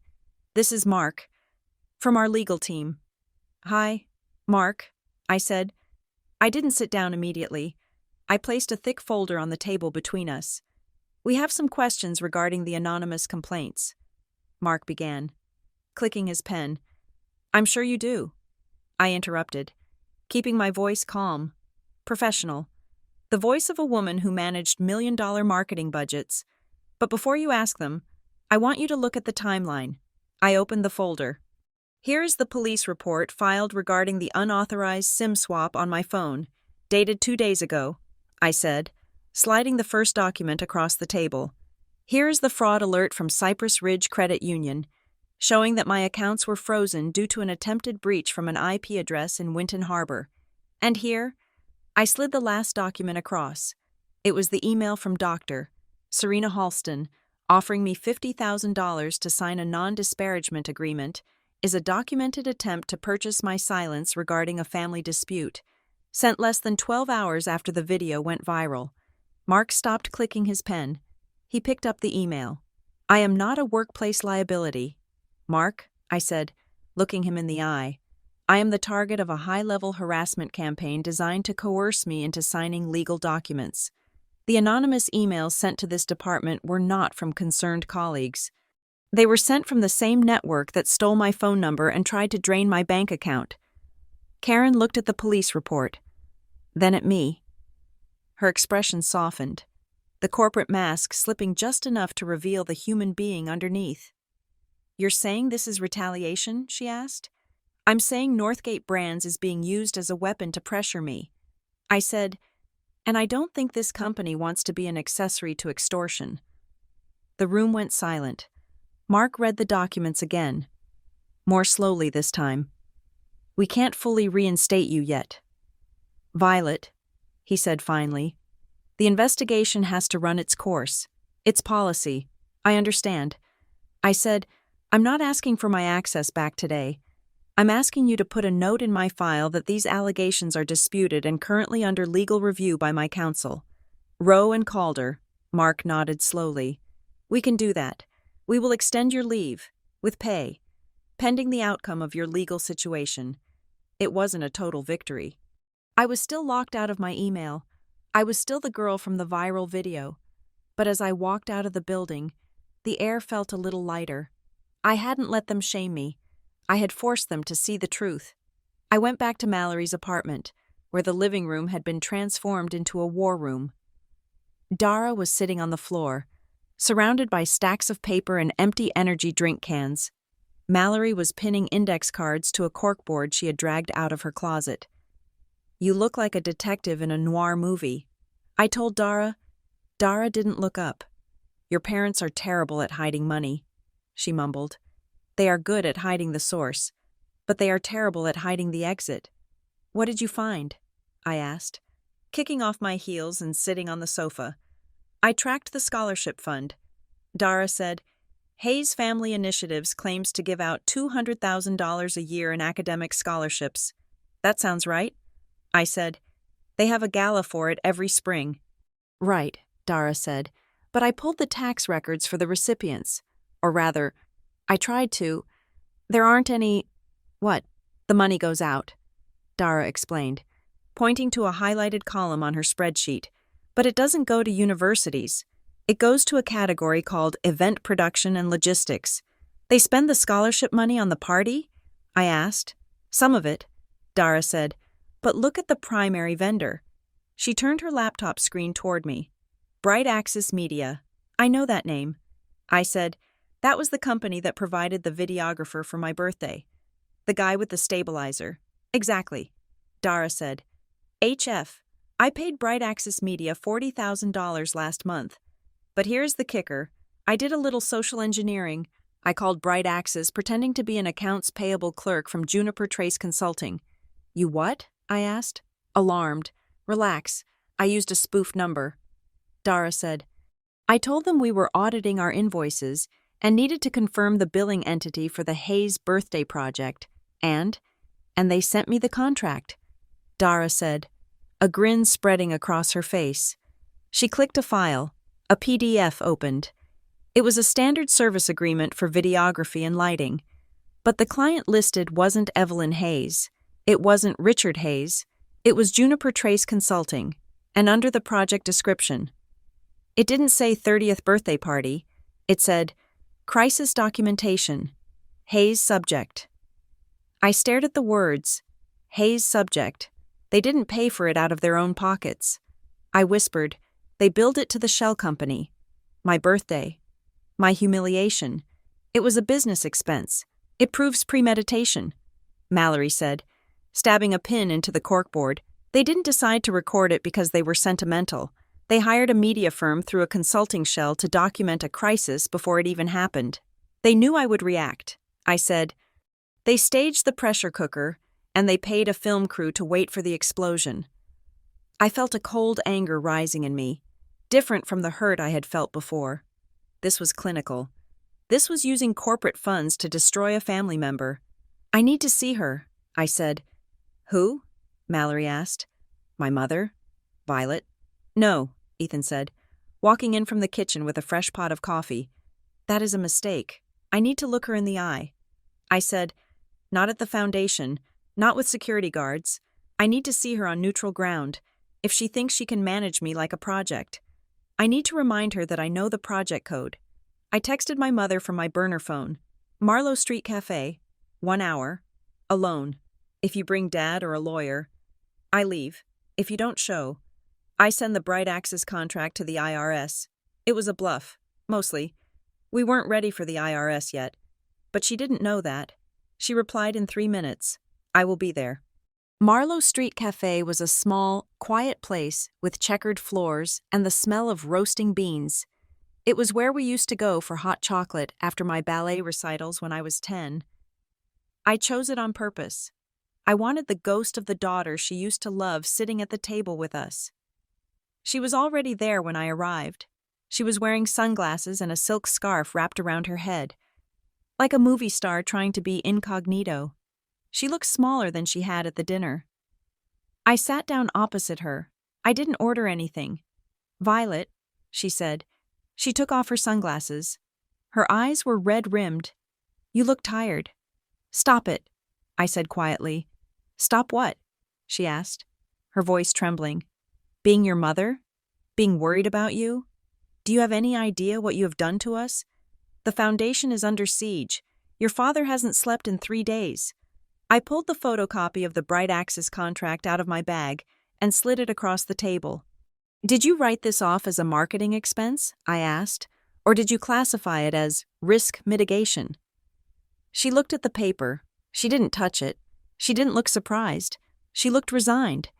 You don't understand how these things work, she said, her voice hardening. The accounting is complicated. It says crisis documentation. Mom, you planned to ruin me. You hired a crew to film me getting disowned so you could show it to who? Who were you performing for? For everyone, she hissed, leaning forward. For the board. For the investors. For the people who hold the debt. She stopped, catching herself. She looked around the cafe, terrified that someone had heard. I leaned in. I didn't raise my voice. I kept it low, intimate, the way we used to talk when I was a teenager telling her about a boy I liked. I think you're scared. I said. She flinched. She pulled her scarf tighter. I think you're terrified. I continued. You aren't the villain. Mom, you're just the middle manager. You're running a laundromat for dangerous people, and you got in over your head. She stared at me. Her lip quivered. For a second, just a second, the mask of the Briar Glen matriarch slipped, and I saw the woman underneath, a woman who was trapped. You have no idea, she whispered. Her voice was so quiet, I had to lean closer to hear. You think this is about money? You think we did this because we are greedy? Then tell me. I said, tell me the truth. You don't understand what we owe. she said. The words came out like a confession. It's not just money, Violet, it's leverage. If the foundation goes down, if the network is exposed, they don't just sue you, they erase you. Who are they? I asked. Is it the people behind Sablemere? She went pale. Don't say that name. Never say that name. She reached across the table and grabbed my hand. Her grip was desperate, her nails digging into my skin. Violet, please, just sign the paper. Take the money. Run away. Go to France. Go anywhere. I can't protect you if you stay here. I can't stop them if you keep digging. I looked at her hand on mine. It was the same hand that had brushed my hair. The same hand that had held the microphone while she publicly disowned me. You aren't trying to protect me. Mom, I said, pulling my hand away. You are trying to protect yourself. You are trying to protect the lie. I stood up.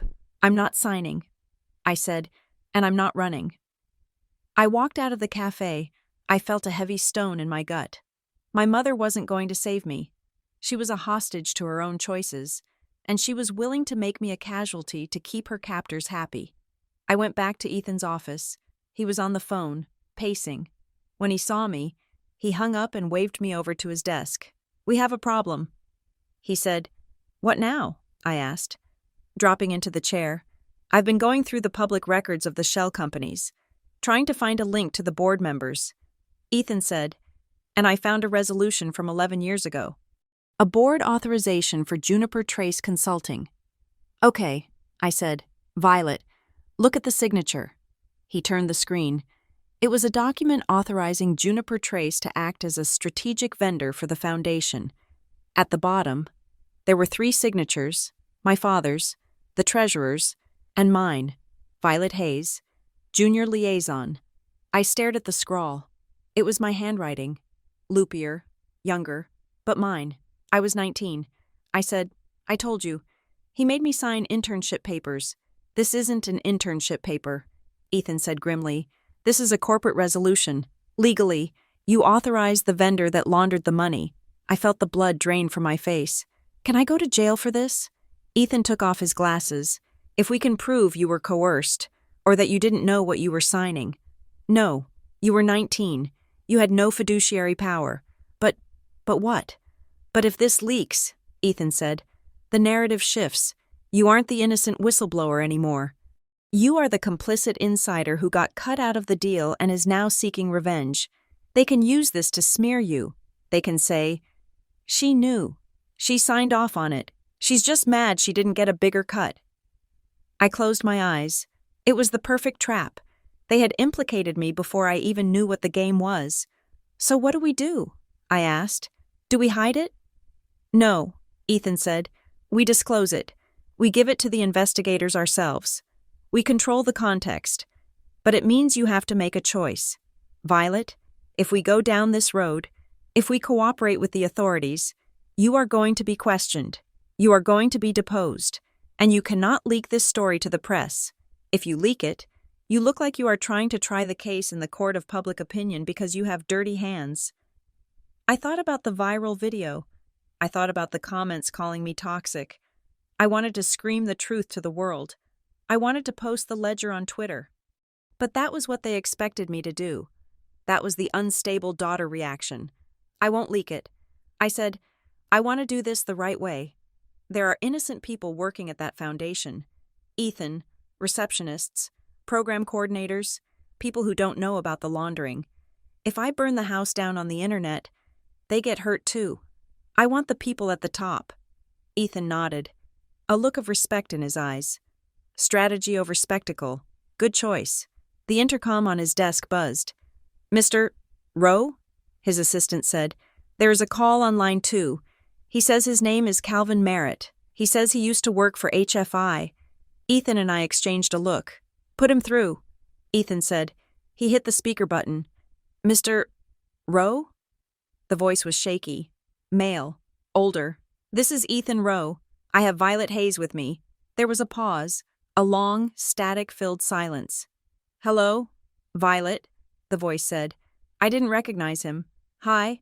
I was the compliance officer at the foundation for 6 years. Calvin said. Until last February. They fired me when I asked why the scholarship fund payments were going to a media company. You're the one who noticed. I said, I kept copies. Calvin said, I knew they would come for me eventually. I have emails. I have memos. I have the directives from the board. Mr. Merritt, Ethan said, his voice dropping to a professional, soothing register. Are you willing to share these documents with us?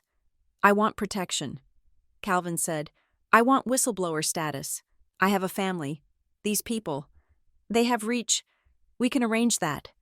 Ethan said, we can contact the Attorney General's office, but we need to know what you have. I have the plan. Calvin said, what plan? I asked. The plan for you, Violet. He sent a file to Ethan's encrypted email while we were on the line. Ethan opened it. It was a PDF of an internal memo. Dated 6 months ago, the subject line was, Risk Scenario 4, Violet Option.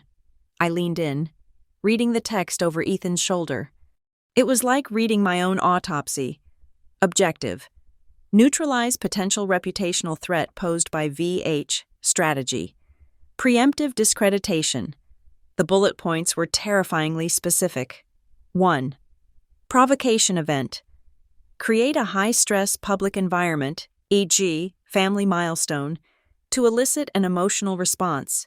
Ensure video capture. 2. Narrative seeding. Release edited footage to social media channels via third-party accounts. Focus keywords. Unstable.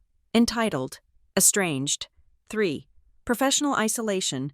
Trigger anonymous reporting mechanisms at subject's place of employment. Isolate from financial resources via administrative locks. 4. Media deployment. Utilize contacts at redacted journal to publish character pieces citing anonymous family friends. It was a checklist, and they had ticked off every single box. I stared at the document. My hands weren't shaking anymore. I was past fear. I was past sadness.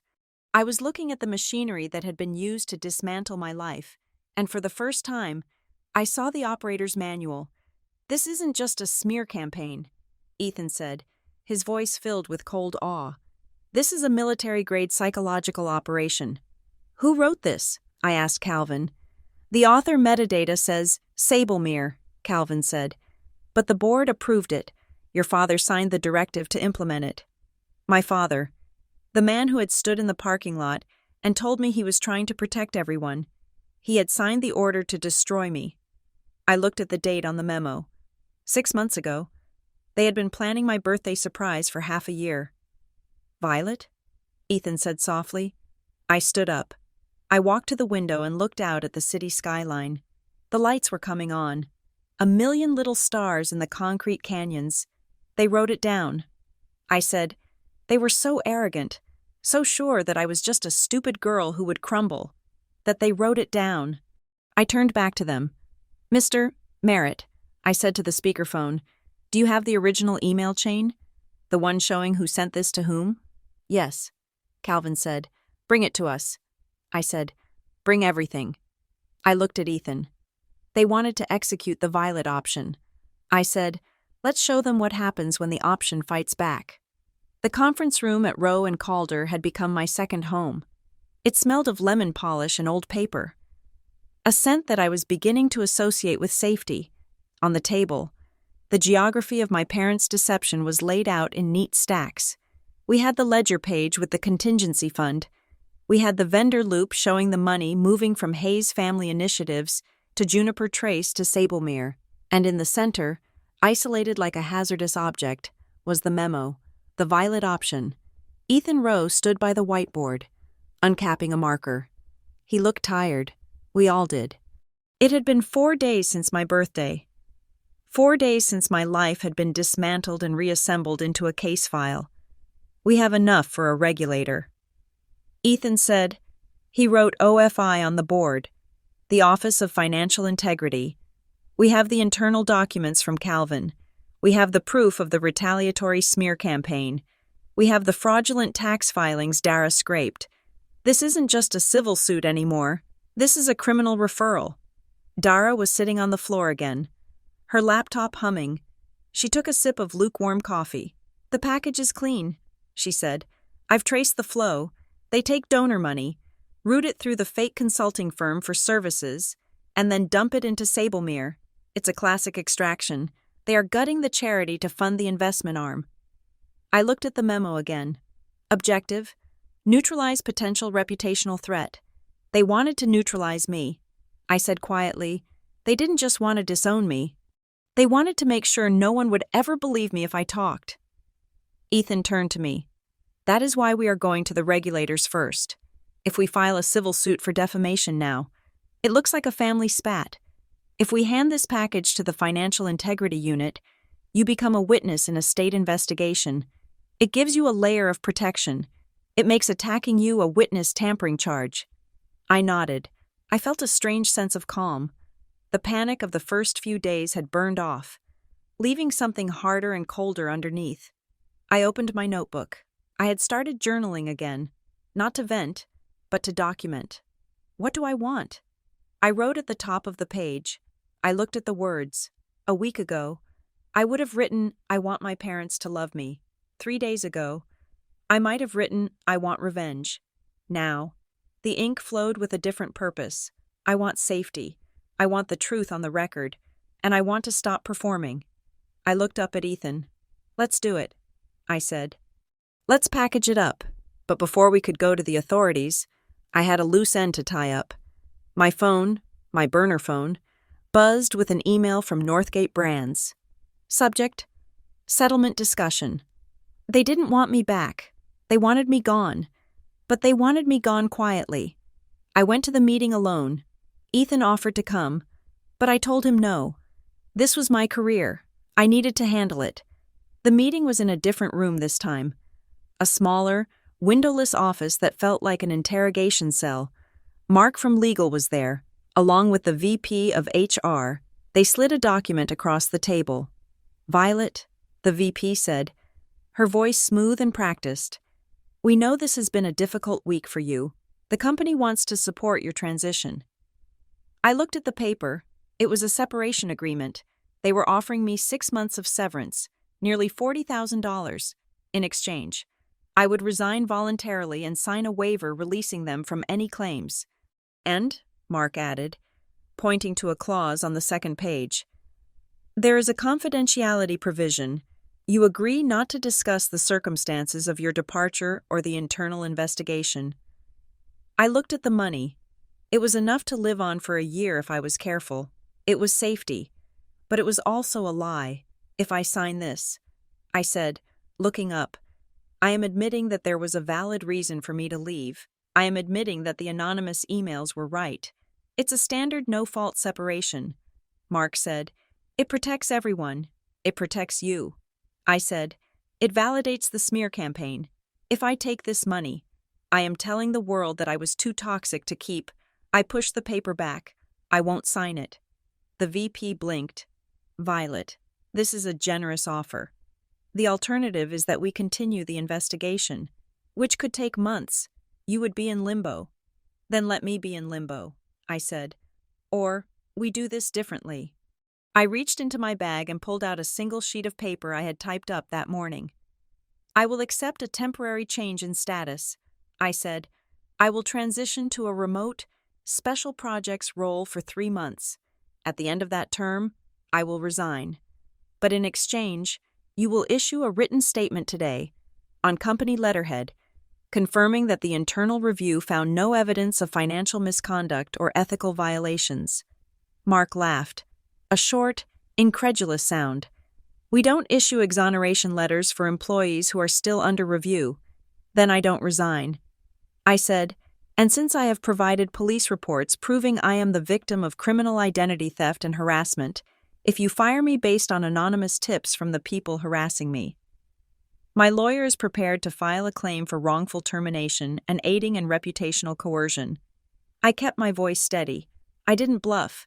I just stated the physics of the situation. Mark stopped laughing. He looked at the VP. They exchanged a silent conversation that lasted 10 seconds. We can't guarantee a permanent role, the VP said. I don't want a permanent role. I said, I just want my name cleared. Give me the letter. Give me the remote status. And in 90 days, I will walk away. They gave me the letter. I walked out of the building with the paper in my hand. It was just a piece of corporate stationery, but it was the first brick in the wall I was building to protect myself. I wasn't Violet Hayes, the liability. I was Violet Hayes, the professional who had been cleared. When I got back to Mallory's apartment, Ethan was on the phone. He held up a hand, signaling me to wait. "We can ensure his anonymity during the preliminary phase," Ethan was saying. "Yes, we can arrange a proffer." He hung up. That was the attorney for the whistleblower. He said, "Calvin?" I asked. Ethan nodded. "Calvin Merritt. He's scared. Violet, he thinks your father has people watching his house. He's only agreeing to talk to the regulators if we can guarantee he won't be named in the initial filing. We have to protect him," I said immediately. "It weakens the filing slightly if the source is anonymous." Ethan warned, "It looks less concrete." "I don't care." I said, "My parents used people. They used him to sign things. They used him to hide things, and then they threw him away. I am not going to do the same thing. If Calvin needs cover, we give him cover. We build the case around the documents, not the man." Ethan smiled, a small, genuine expression that reached his eyes. "You're a good client. Violet, most people would throw him to the wolves to save themselves. I'm not them." I said, "That's the whole point." That afternoon, a courier arrived at the apartment building. He buzzed Mallory's unit. "Package for Ms. Hayes," the voice said over the intercom. Mallory went down to get it. She came back holding a thick, cream-colored envelope. The handwriting on the front was unmistakable. It was looping, elegant, and heavy with ink. "It's from your dad," Mallory said, handing it to me like it was a bomb. I sat on the sofa and stared at it. "Violet, just my name. No return address. Open it," Dara said from the floor. "But don't touch the paper too much. Fingerprints. I used a letter opener. Inside was a single sheet of personalized stationery, the kind my father ordered from a bespoke printer in London. My dearest Violet, I am writing this without your mother's knowledge.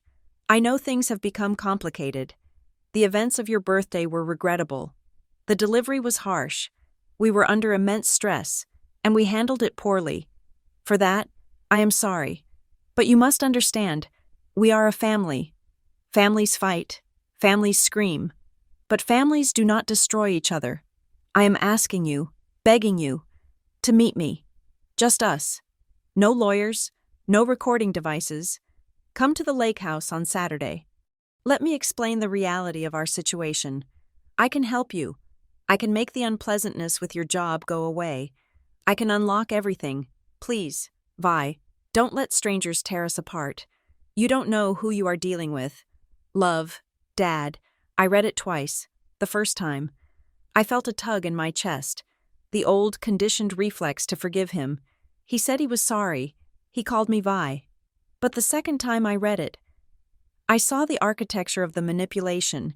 The delivery was harsh, not the substance. He wasn't sorry for disowning me. He was sorry he did it on camera. I can unlock everything. An admission that he was the one who locked it. He was holding my life hostage and offering to give it back as a favor. You don't know who you are dealing with. A threat, wrapped in fatherly concern. He's trying to separate you from the herd, Ethan said. Reading over my shoulder, the lake house is isolated. If you go there, you are in their territory. No witnesses. I'm not going, I said. I folded the letter and put it in a plastic evidence bag Dara handed me. Apology is just a doorway back to control, I said. He doesn't want to reconcile. He wants to recalibrate. Dara's computer chimed with a notification. Speaking of reconciliation, she said, "You might want to see this." She turned the screen around. It was a digital flyer from a website called Briar Glen Social. Upcoming event, the Hayes Family Unity Gala. Date, next month. Theme, Rebuilding Foundations. Special highlight, a public reconciliation and reaffirmation of family values. I stared at the screen. They're planning a show, Mallory said, disgusted. They're going to drag you up on stage, hug you, and pretend this whole thing never happened so the donors keep writing checks. They think I'll be broken by then. I said, they think the pressure will have worked, and I'll be ready to play the prodigal daughter just to get my bank accounts back. Dara clicked on the production details. Look who is producing the video segment for the gala. Bright Axis Media. They were going to use the footage. I realized they were going to edit the birthday video into some kind of redemption arc. Look how lost she was. Look how we saved her. Ethan, I said. I'm on it, he said. Send a cease and desist to Bright Axis. I said. Tell them that my likeness is not authorized for commercial or fundraising use.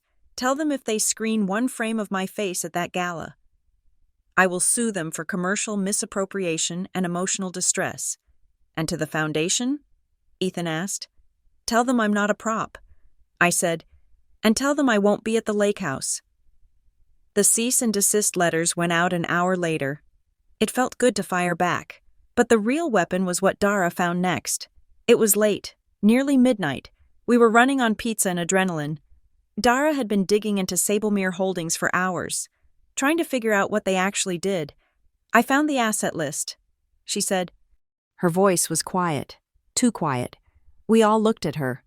Sablemere isn't just a holding company, Dara said. It's a debt buyer. We knew that. But look at the portfolio. She projected the spreadsheet onto Mallory's TV. Thousands of rows of data, names, amounts, dates. It's all medical debt, Dara said. Oncology centers, pediatric emergency rooms, dialysis clinics. They buy portfolios of delinquent debt from hospitals for pennies on the dollar. That's legal, Ethan said distastefully. It's a predatory industry, but it's legal. Wait, Dara said. Look at the cross-reference with the foundation. She pulled up a flyer from Hayes Family Initiatives, the Hayes Medical Relief Program. The foundation claims to help families struggling with medical bills. Dara said, they identify candidates through partner hospitals. They offer to intervene. Intervene how? I asked. The foundation pays off a portion of the debt. Dara said, but they don't pay the hospital. They pay Sablemere. I don't understand, Mallory said. The foundation uses tax-exempt donor money to pay Sablemere, the company your parents own, full price for debt that Sablemere bought for 5 cents. Dara explained, they are using charity money to pay themselves 1,000% profit margin. That's tax fraud, Ethan said. That's self-dealing. It gets worse, Dara said. She looked sick. What could be worse? I asked. When the foundation intervenes, they don't forgive the rest of the debt. Dara said, they have the families sign a new agreement, a repayment plan with the foundation. They refinance the debt under the guise of charity. If the families miss a payment, the foundation sues them. She clicked a folder. Court records. There were dozens of them. Hayes Family Initiatives versus Smith. Hayes Family Initiatives versus Gonzalez. They are suing cancer patients, I whispered. They are suing the people they claim to be saving. Dara said, and they are using the foundation to wash the money so it looks like philanthropy. It's a machine. Violet. A machine that turns sick people into profit. I stood up and walked to the bathroom. I locked the door and dry-heaved into the sink. I thought about the galas. I thought about my mother wearing diamonds, talking about our mission. I thought about my father shaking hands with doctors. They weren't just laundering money. They were predators. They were feeding on the vulnerable, on people who were drowning in medical bills, and they were calling it charity. I washed my face with cold water. I looked at myself in the mirror. The face looking back at me was pale, with dark circles under the eyes. But the fear was gone. You can be afraid of a strict parent. You can be afraid of a powerful business owner. But you don't fear a parasite. You remove it. I unlocked the door and walked back into the living room. Call the investigators. I told Ethan. Now? He asked. It's midnight. Call them first thing in the morning. I said, I want to give a sworn statement. I want to go on the record. 2 days later, I sat in a conference room at the Briar Glen Office of Financial Integrity. It was a government building, beige and fluorescent. Across from me sat 2 investigators, distinct in their lack of style. One was a woman named Agent Kessler, sharp-eyed and serious. Ms. Hayes, Agent Kessler said, turning on a digital recorder, you understand that you are providing this statement voluntarily. and that any false information can be prosecuted? I understand. I said, "Start from the beginning," she said. I told them everything. I told them about the dinner. I told them about the microphone. I told them about the offer from Serena Halston. I told them about the violet option memo. I didn't cry. I didn't exaggerate. I spoke with the precision of someone who had spent a week memorizing the architecture of her own destruction. When I got to the part about Sablemere and the medical debt, Agent Kessler stopped writing. She looked at her partner. "You have proof of this loop?" she asked. "My forensic accountant does." I said, "We have the ledgers, we have the vendor contracts, and we have the witness, Calvin Merritt." When we left the building 3 hours later, the sun was blinding. I felt lighter, but also exposed. I had crossed the line. I was no longer the messy daughter. I was a state witness. But the machine wasn't going to stop just because I talked to a lady in a beige blazer. That afternoon, Mallory's phone pinged. She looked at it and swore. "Don't look," she said. I took the phone from her. It was a blog post. The Briar Glen Watchdog, a site I had never heard of.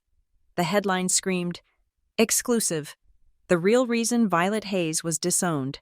Theft of donor funds suspected." The article was a masterpiece of fiction. It claimed I had been caught siphoning money from the scholarship fund to pay for luxury vacations and drug debts. It cited sources close to the family. It was the Violet option in action. Strategy 2. Narrative seeding. My stomach twisted. It was a lie. A verifiable, provable lie. But the internet doesn't care about verification. It cares about the headline. "Ethan," I said, showing him the screen. He scanned it. His face went hard. "This is defamation per se," he said, "accusing you of a crime. It's already being shared." I said, watching the share count tick up. Facebook, Twitter, people are eating it up. I knew she looked unstable.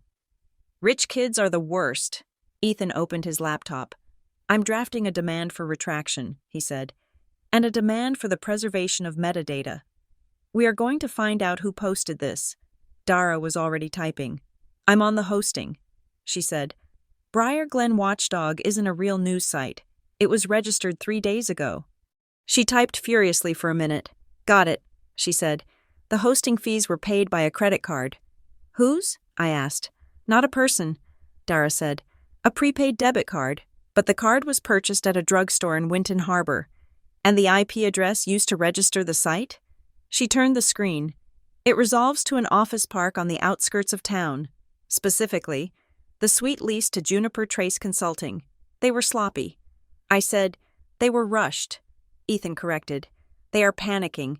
They needed to discredit you before the regulators moved." Ethan sent the demand letter. We attached the proof of the IP address. Within an hour, the blog post vanished. 404 not found. But the damage was done. The headline was out there. We were celebrating the small victory, the takedown of the post, when Ethan's phone rang. He answered it, his expression shifting from professional to concerned to alarmed. He hung up and looked at me. "That was Agent Kessler," he said. "Is something wrong?" I asked. "She wanted to warn us." Ethan said, "She couldn't say much, but she said that her boss, the director of the Financial Integrity Unit, just got a call from a state senator." "A senator?" I asked. "A senator who has received generous donations from Hayes family initiatives over the years." Ethan said, "The director is being pressured to slow walk the investigation, to treat it as a domestic dispute rather than a financial crime. They have political cover." I said, "Of course they do. Agent Kessler says that if we want this to stick, we can't wait for the slow gears of the bureaucracy." Ethan said, "If they stall, your parents have time to shred the physical records. They have time to wipe the servers that Dara hasn't scraped yet. So what do we do?" I asked.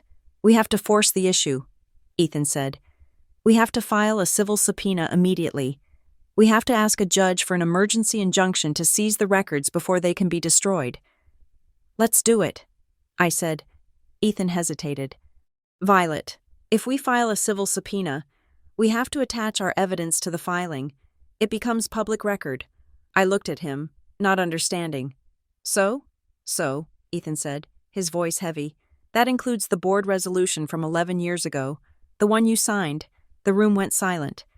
"If we file now," Ethan said, "the world sees that Violet Hayes signed the document that authorized Juniper Trace.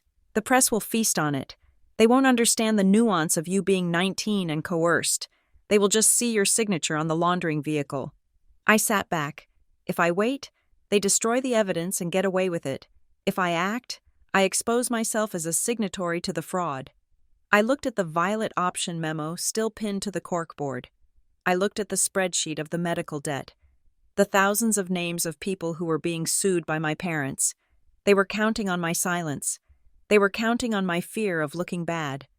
They thought I would protect my own reputation at the cost of the truth.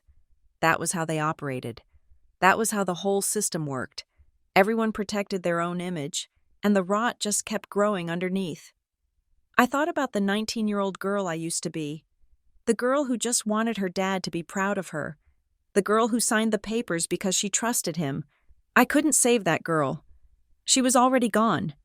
But I could save the woman I was becoming. "Violet," I said. "Violet," Ethan said, cautioning. "Once it's filed, we can't unring the bell. The headline will be, 'Daughter Implicated in Fraud.'" "Let them write the headline," I said. "I know the truth, and I'm not going to let a signature from a decade ago stop me from burning this machine down today." I looked Ethan in the eye. "File the subpoena. Ethan, I'm ready to own my name, even the parts they stole." The pen in my hand felt heavy, like a lead weight. Ethan had placed the authorization form in front of me on the mahogany conference table. It was a single sheet of paper that would unleash a hurricane. By signing it, I was instructing Rowe and Calder to file the civil subpoena against Hayes Family Initiatives, attaching all known evidence to the public record. That evidence included the board resolution I had signed when I was 19. "Once this is filed," Ethan said, his voice low and devoid of pressure, "the press will see your signature on the Juniper Trace authorization. The narrative will get messy. They will call you a co-conspirator before they call you a whistleblower." I looked at the document. I looked at the signature of the girl I used to be. Loopy, eager to please, trusting. She had signed her name because her father asked her to. She had no idea she was signing a death warrant for her own reputation a decade later. "If we don't file," I said, staring at the paper, "they shred the rest. They wipe the servers. They get away with it." "Yes," Ethan said, "and you stay clean, but they stay in power." I thought about the medical debt. I thought about the thousands of families receiving lawsuits from a charity. I thought about the Violet option memo, plotting my destruction with corporate efficiency. "Fear is a cage," I said. I had lived in it for 30 years. I had tailored my clothes, my words, and my career to fit inside the bars my parents built. I gripped the pen. I am not that girl anymore. I said, I signed the paper. The ink was dark and permanent. "File it." I said, "Let them talk. I know who I am." The subpoena hit Hayes Family Initiatives like a meteor strike, because we filed for an emergency injunction to prevent the destruction of evidence. The court moved fast. Marshals arrived at the headquarters in Winton Harbor at 9 a.m. on a Thursday. They secured the server room. They secured the physical archives. Panic, as Ethan had predicted, makes people sloppy. An internal email, sent from the Foundation's executive director to my father just minutes after the marshals arrived, was intercepted by the court-appointed master. They have the vendor loop. The email read, "Initiate the scrub protocol. Delete the Violet files." It was the smoking gun. It proved intent. It proved consciousness of guilt. And because I had already provided the regulators with the Violet option memo, the attempt to delete the files was flagged as immediate obstruction of justice. The gaslighting was over.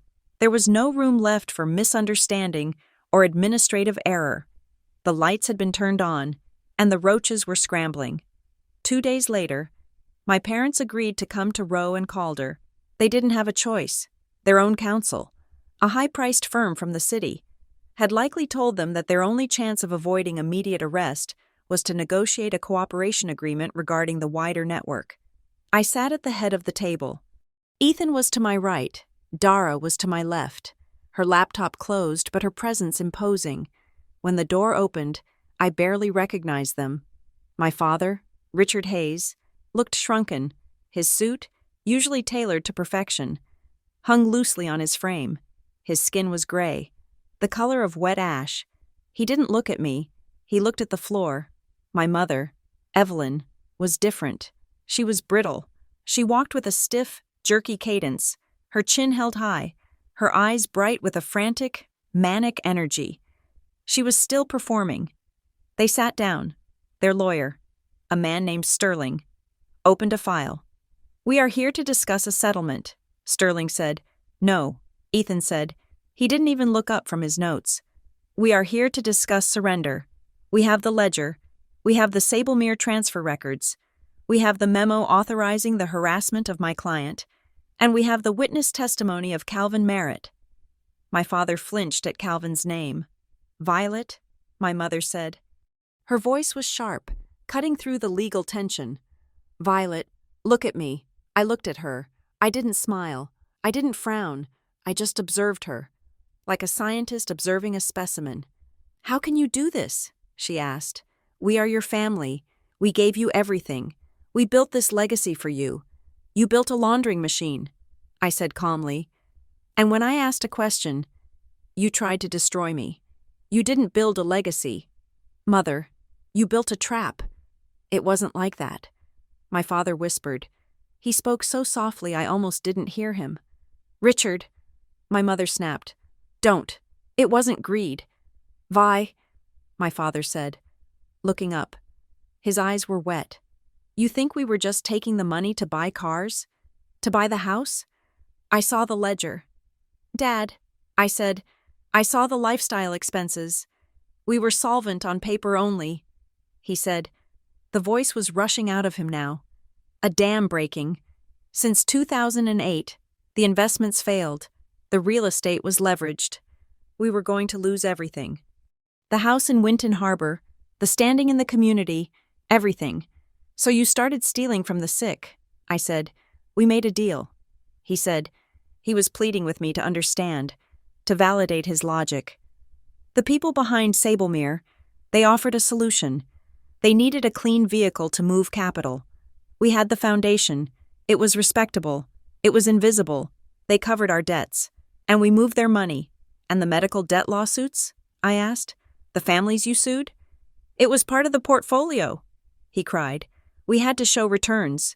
If the foundation didn't show program revenue, the IRS would look too closely. We had to act like a business." I felt a wave of nausea. They hadn't just been greedy. They had been weak. They were so terrified of losing their status, of being poor, that they had sold their souls to a debt collection syndicate. "We did it to survive." My mother interjected. She leaned forward, her eyes pleading. "We did it to protect you, Violet. So you wouldn't have to grow up with nothing. So you could have the schools, the clothes, the life." I laughed. It was a dry, humorless sound. "You didn't do it for me," I said. "You did it for the image of me. You needed the perfect daughter to complete the set. And the second I became imperfect, the second I became a risk, you tried to liquidate me." I slid the Violet option memo across the table. "Is this love?" I asked. "Is plotting to leak drug rumors about your daughter an act of love?" My mother looked at the memo. She didn't flinch. "Sometimes," she said, her voice dropping to a chilling whisper. "You have to cut off a limb to save the body. You were out of control. Violet, you were asking questions that were going to get us killed. We had to discredit you. It was the only way to keep you safe from them. If you were discredited, they wouldn't need to hurt you. They would just ignore you." I stared at her. The twisted logic was almost impressive. She had convinced herself that destroying my life was a maternal act of mercy. "Good intentions don't erase what you chose," I said. I stood up. "You chose the money. You chose the lie. And you chose to sacrifice me." I turned to Ethan. "I'm done," I said, giving the documents to the Attorney General. "Wait," Sterling said. He looked nervous. "If you go criminal, the assets get frozen. There is nothing left for a settlement. I don't want your money." I said, "I want the truth on the record." My father put his head in his hands and began to weep. It wasn't a dignified sound. It was the sound of a man who knew his life was over. My mother just stared at me, her face a mask of stone. She didn't cry.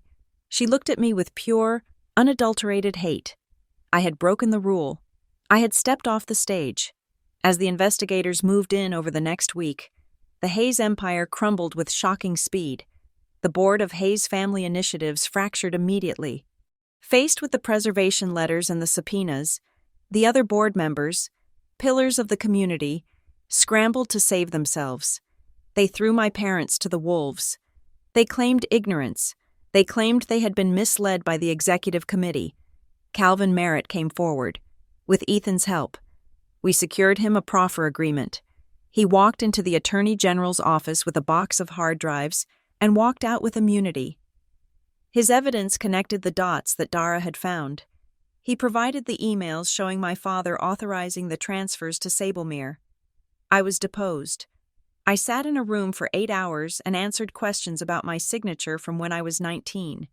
I told the truth. I admitted I signed it. I admitted I was naive. The press did pick it up. The headline, "Heiress Implicated in Charity Fraud," ran on page 6 of a national paper. But because I was the one who blew the whistle, because I was the one handing over the evidence, the story shifted. I wasn't the villain, I was the defector. But the final blow didn't come from the courts. It came from Dara. We were at Mallory's apartment, packing up the war room. I was getting ready to move into a new place, a small rental on the other side of town. "Violet," Dara said. She was holding a stack of papers she had retrieved from the subpoenaed digital files. "You need to see this." "What is it?" I asked. "It's a folder from your parents' personal cloud drive." She said, "It's labeled Project Horizon." I looked at the documents. They were application forms, passports, visas, residency permits for a country with no extradition treaty. But the names weren't Richard and Evelyn Hayes. The names were Arthur and Claire Vane. They were leaving. I whispered, "Look at the date." Dara said, "The applications were dated 3 months ago." "They weren't just disowning me to punish me," Dara said gently. "They were disowning you to cut the anchor. They were planning to disappear. They were going to liquidate the remaining assets, transfer the cash to an offshore account, and vanish as the Vanes. And me?" I asked. Dara didn't answer. She didn't have to. If they had left, and the fraud had been discovered, the authorities would have found the board resolution with my signature. They would have found the junior liaison title. I would have been the only Hayes left.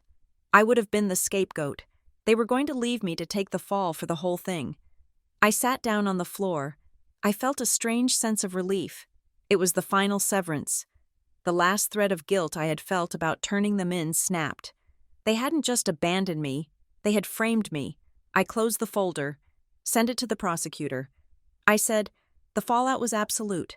My parents were indicted on 12 counts of wire fraud, money laundering, and conspiracy. The bail was set at $5 million. They couldn't pay it. Their assets were frozen. Northgate Brands called me a week after the indictment.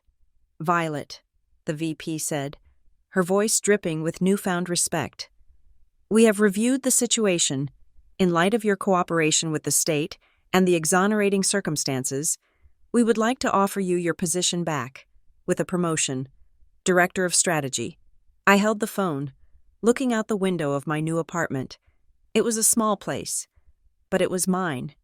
The keys on the counter were keys I had paid for. I thought about the job, the glass office, the badge, the steady career I had built to prove to my parents that I was worthy. I built that life for them. I realized I became the corporate professional because that was the only version of success they recognized. "I appreciate the offer," I said. "But?" the VP asked. "But I'm not coming back." I said, "I'm resigning, effective immediately." "Violet, this is a mistake. You won't find another role at this level with this kind of publicity attached to your name. I don't want a role at that level." I said, "I want a life that belongs to me." I hung up. I took a job at Harborlight Strategy, a boutique firm run by a woman who had followed the case. She didn't care about the scandal. She cared that I had managed a crisis, coordinated a legal defense, and outmaneuvered a sophisticated fraud ring while under extreme duress. I need someone who can see around corners, she had told me. You saw through a brick wall. It paid less. The office was smaller. But when I walked in, I didn't feel like I was performing. 6 months later, the trial date was set. My parents were in custody. I hadn't spoken to them since the meeting at Roe and Calder. I was walking home from work, the autumn leaves crunching under my boots. The air was crisp, smelling of wood smoke, a scent that used to remind me of the lark and linden, but now just smelled like fall. My phone buzzed. Voicemail received. Unknown caller. I stopped walking. I stared at the screen. I pressed play. Vi. It was my father's voice, but it sounded wrong, thin, tinny, like he was calling from a payphone in a wind tunnel. I don't have much time. They let me make one call. I dialed your old number. But it was dead. I guessed you might have kept the work line. He coughed, a dry, rattling sound. I'm sorry. Vi, I know you don't believe me. But I am. We tried to run. We tried to get out before it swallowed you too. He paused. Listen to me closely. The indictment. It stops at us. The prosecutor is happy. They got the Hayes family. They got the headline. But they didn't look at who owned the debt. Vi. They didn't look at who funding Sablemere. I pressed the phone harder against my ear. We were just the middle management, he whispered, just like you said. But the owners? They are still out there, and they are not happy that the machine is broken. There was a sound of a door opening in the background. Voices. I left something for you, he said, speaking faster. In the old boathouse, under the loose floorboard beneath the workbench. It's a key. Safe deposit box, 404 at the First National in Winton. Dad, I said, even though I knew it was a recording, it has the names. Vi, the real names, the people we owed. The voices in the background got louder. Don't trust the settlement, he said. Don't trust that it's over. If they come for you, use the list. It's your only leverage. The line went dead. I stood there on the sidewalk, the wind whipping my hair around my face. The streetlights flickered on, casting long shadows down the block. I had thought the story was over. I had thought I had won. I had disowned my parents, exposed the fraud, and reclaimed my name. But as I looked at the dark screen of my phone, I realized that the Hayes family was just one knot in a much larger web. My father had given me the knife to cut the rest of it. I could walk away. I could delete the voicemail. I could pretend I never heard it and live my quiet life at Harbor Light Strategy. I looked down the street. It was empty. I turned around and started walking toward the train station. Winton Harbor was an hour away. I wasn't the victim anymore. I wasn't the witness. I was the woman with the list. And if they wanted to come for me, I would be ready. I didn't step into the darkness. I walked into it, head high, ready to open the next door. Thank you for listening to this story. It has been a journey walking in Violet's shoes. From the humiliation of that birthday dinner to the cold clarity of the final confrontation. I would love to know where you are listening from today. Drop your country or city in the comments below. And if you enjoyed Violet's battle for truth, please subscribe to Revenge Stories for more tales of justice, resilience, and the long road to redemption. What would you have done with that final voicemail? Would you have gone to the boathouse, or would you have walked away? Share your thoughts in English in the comments. I read every single one.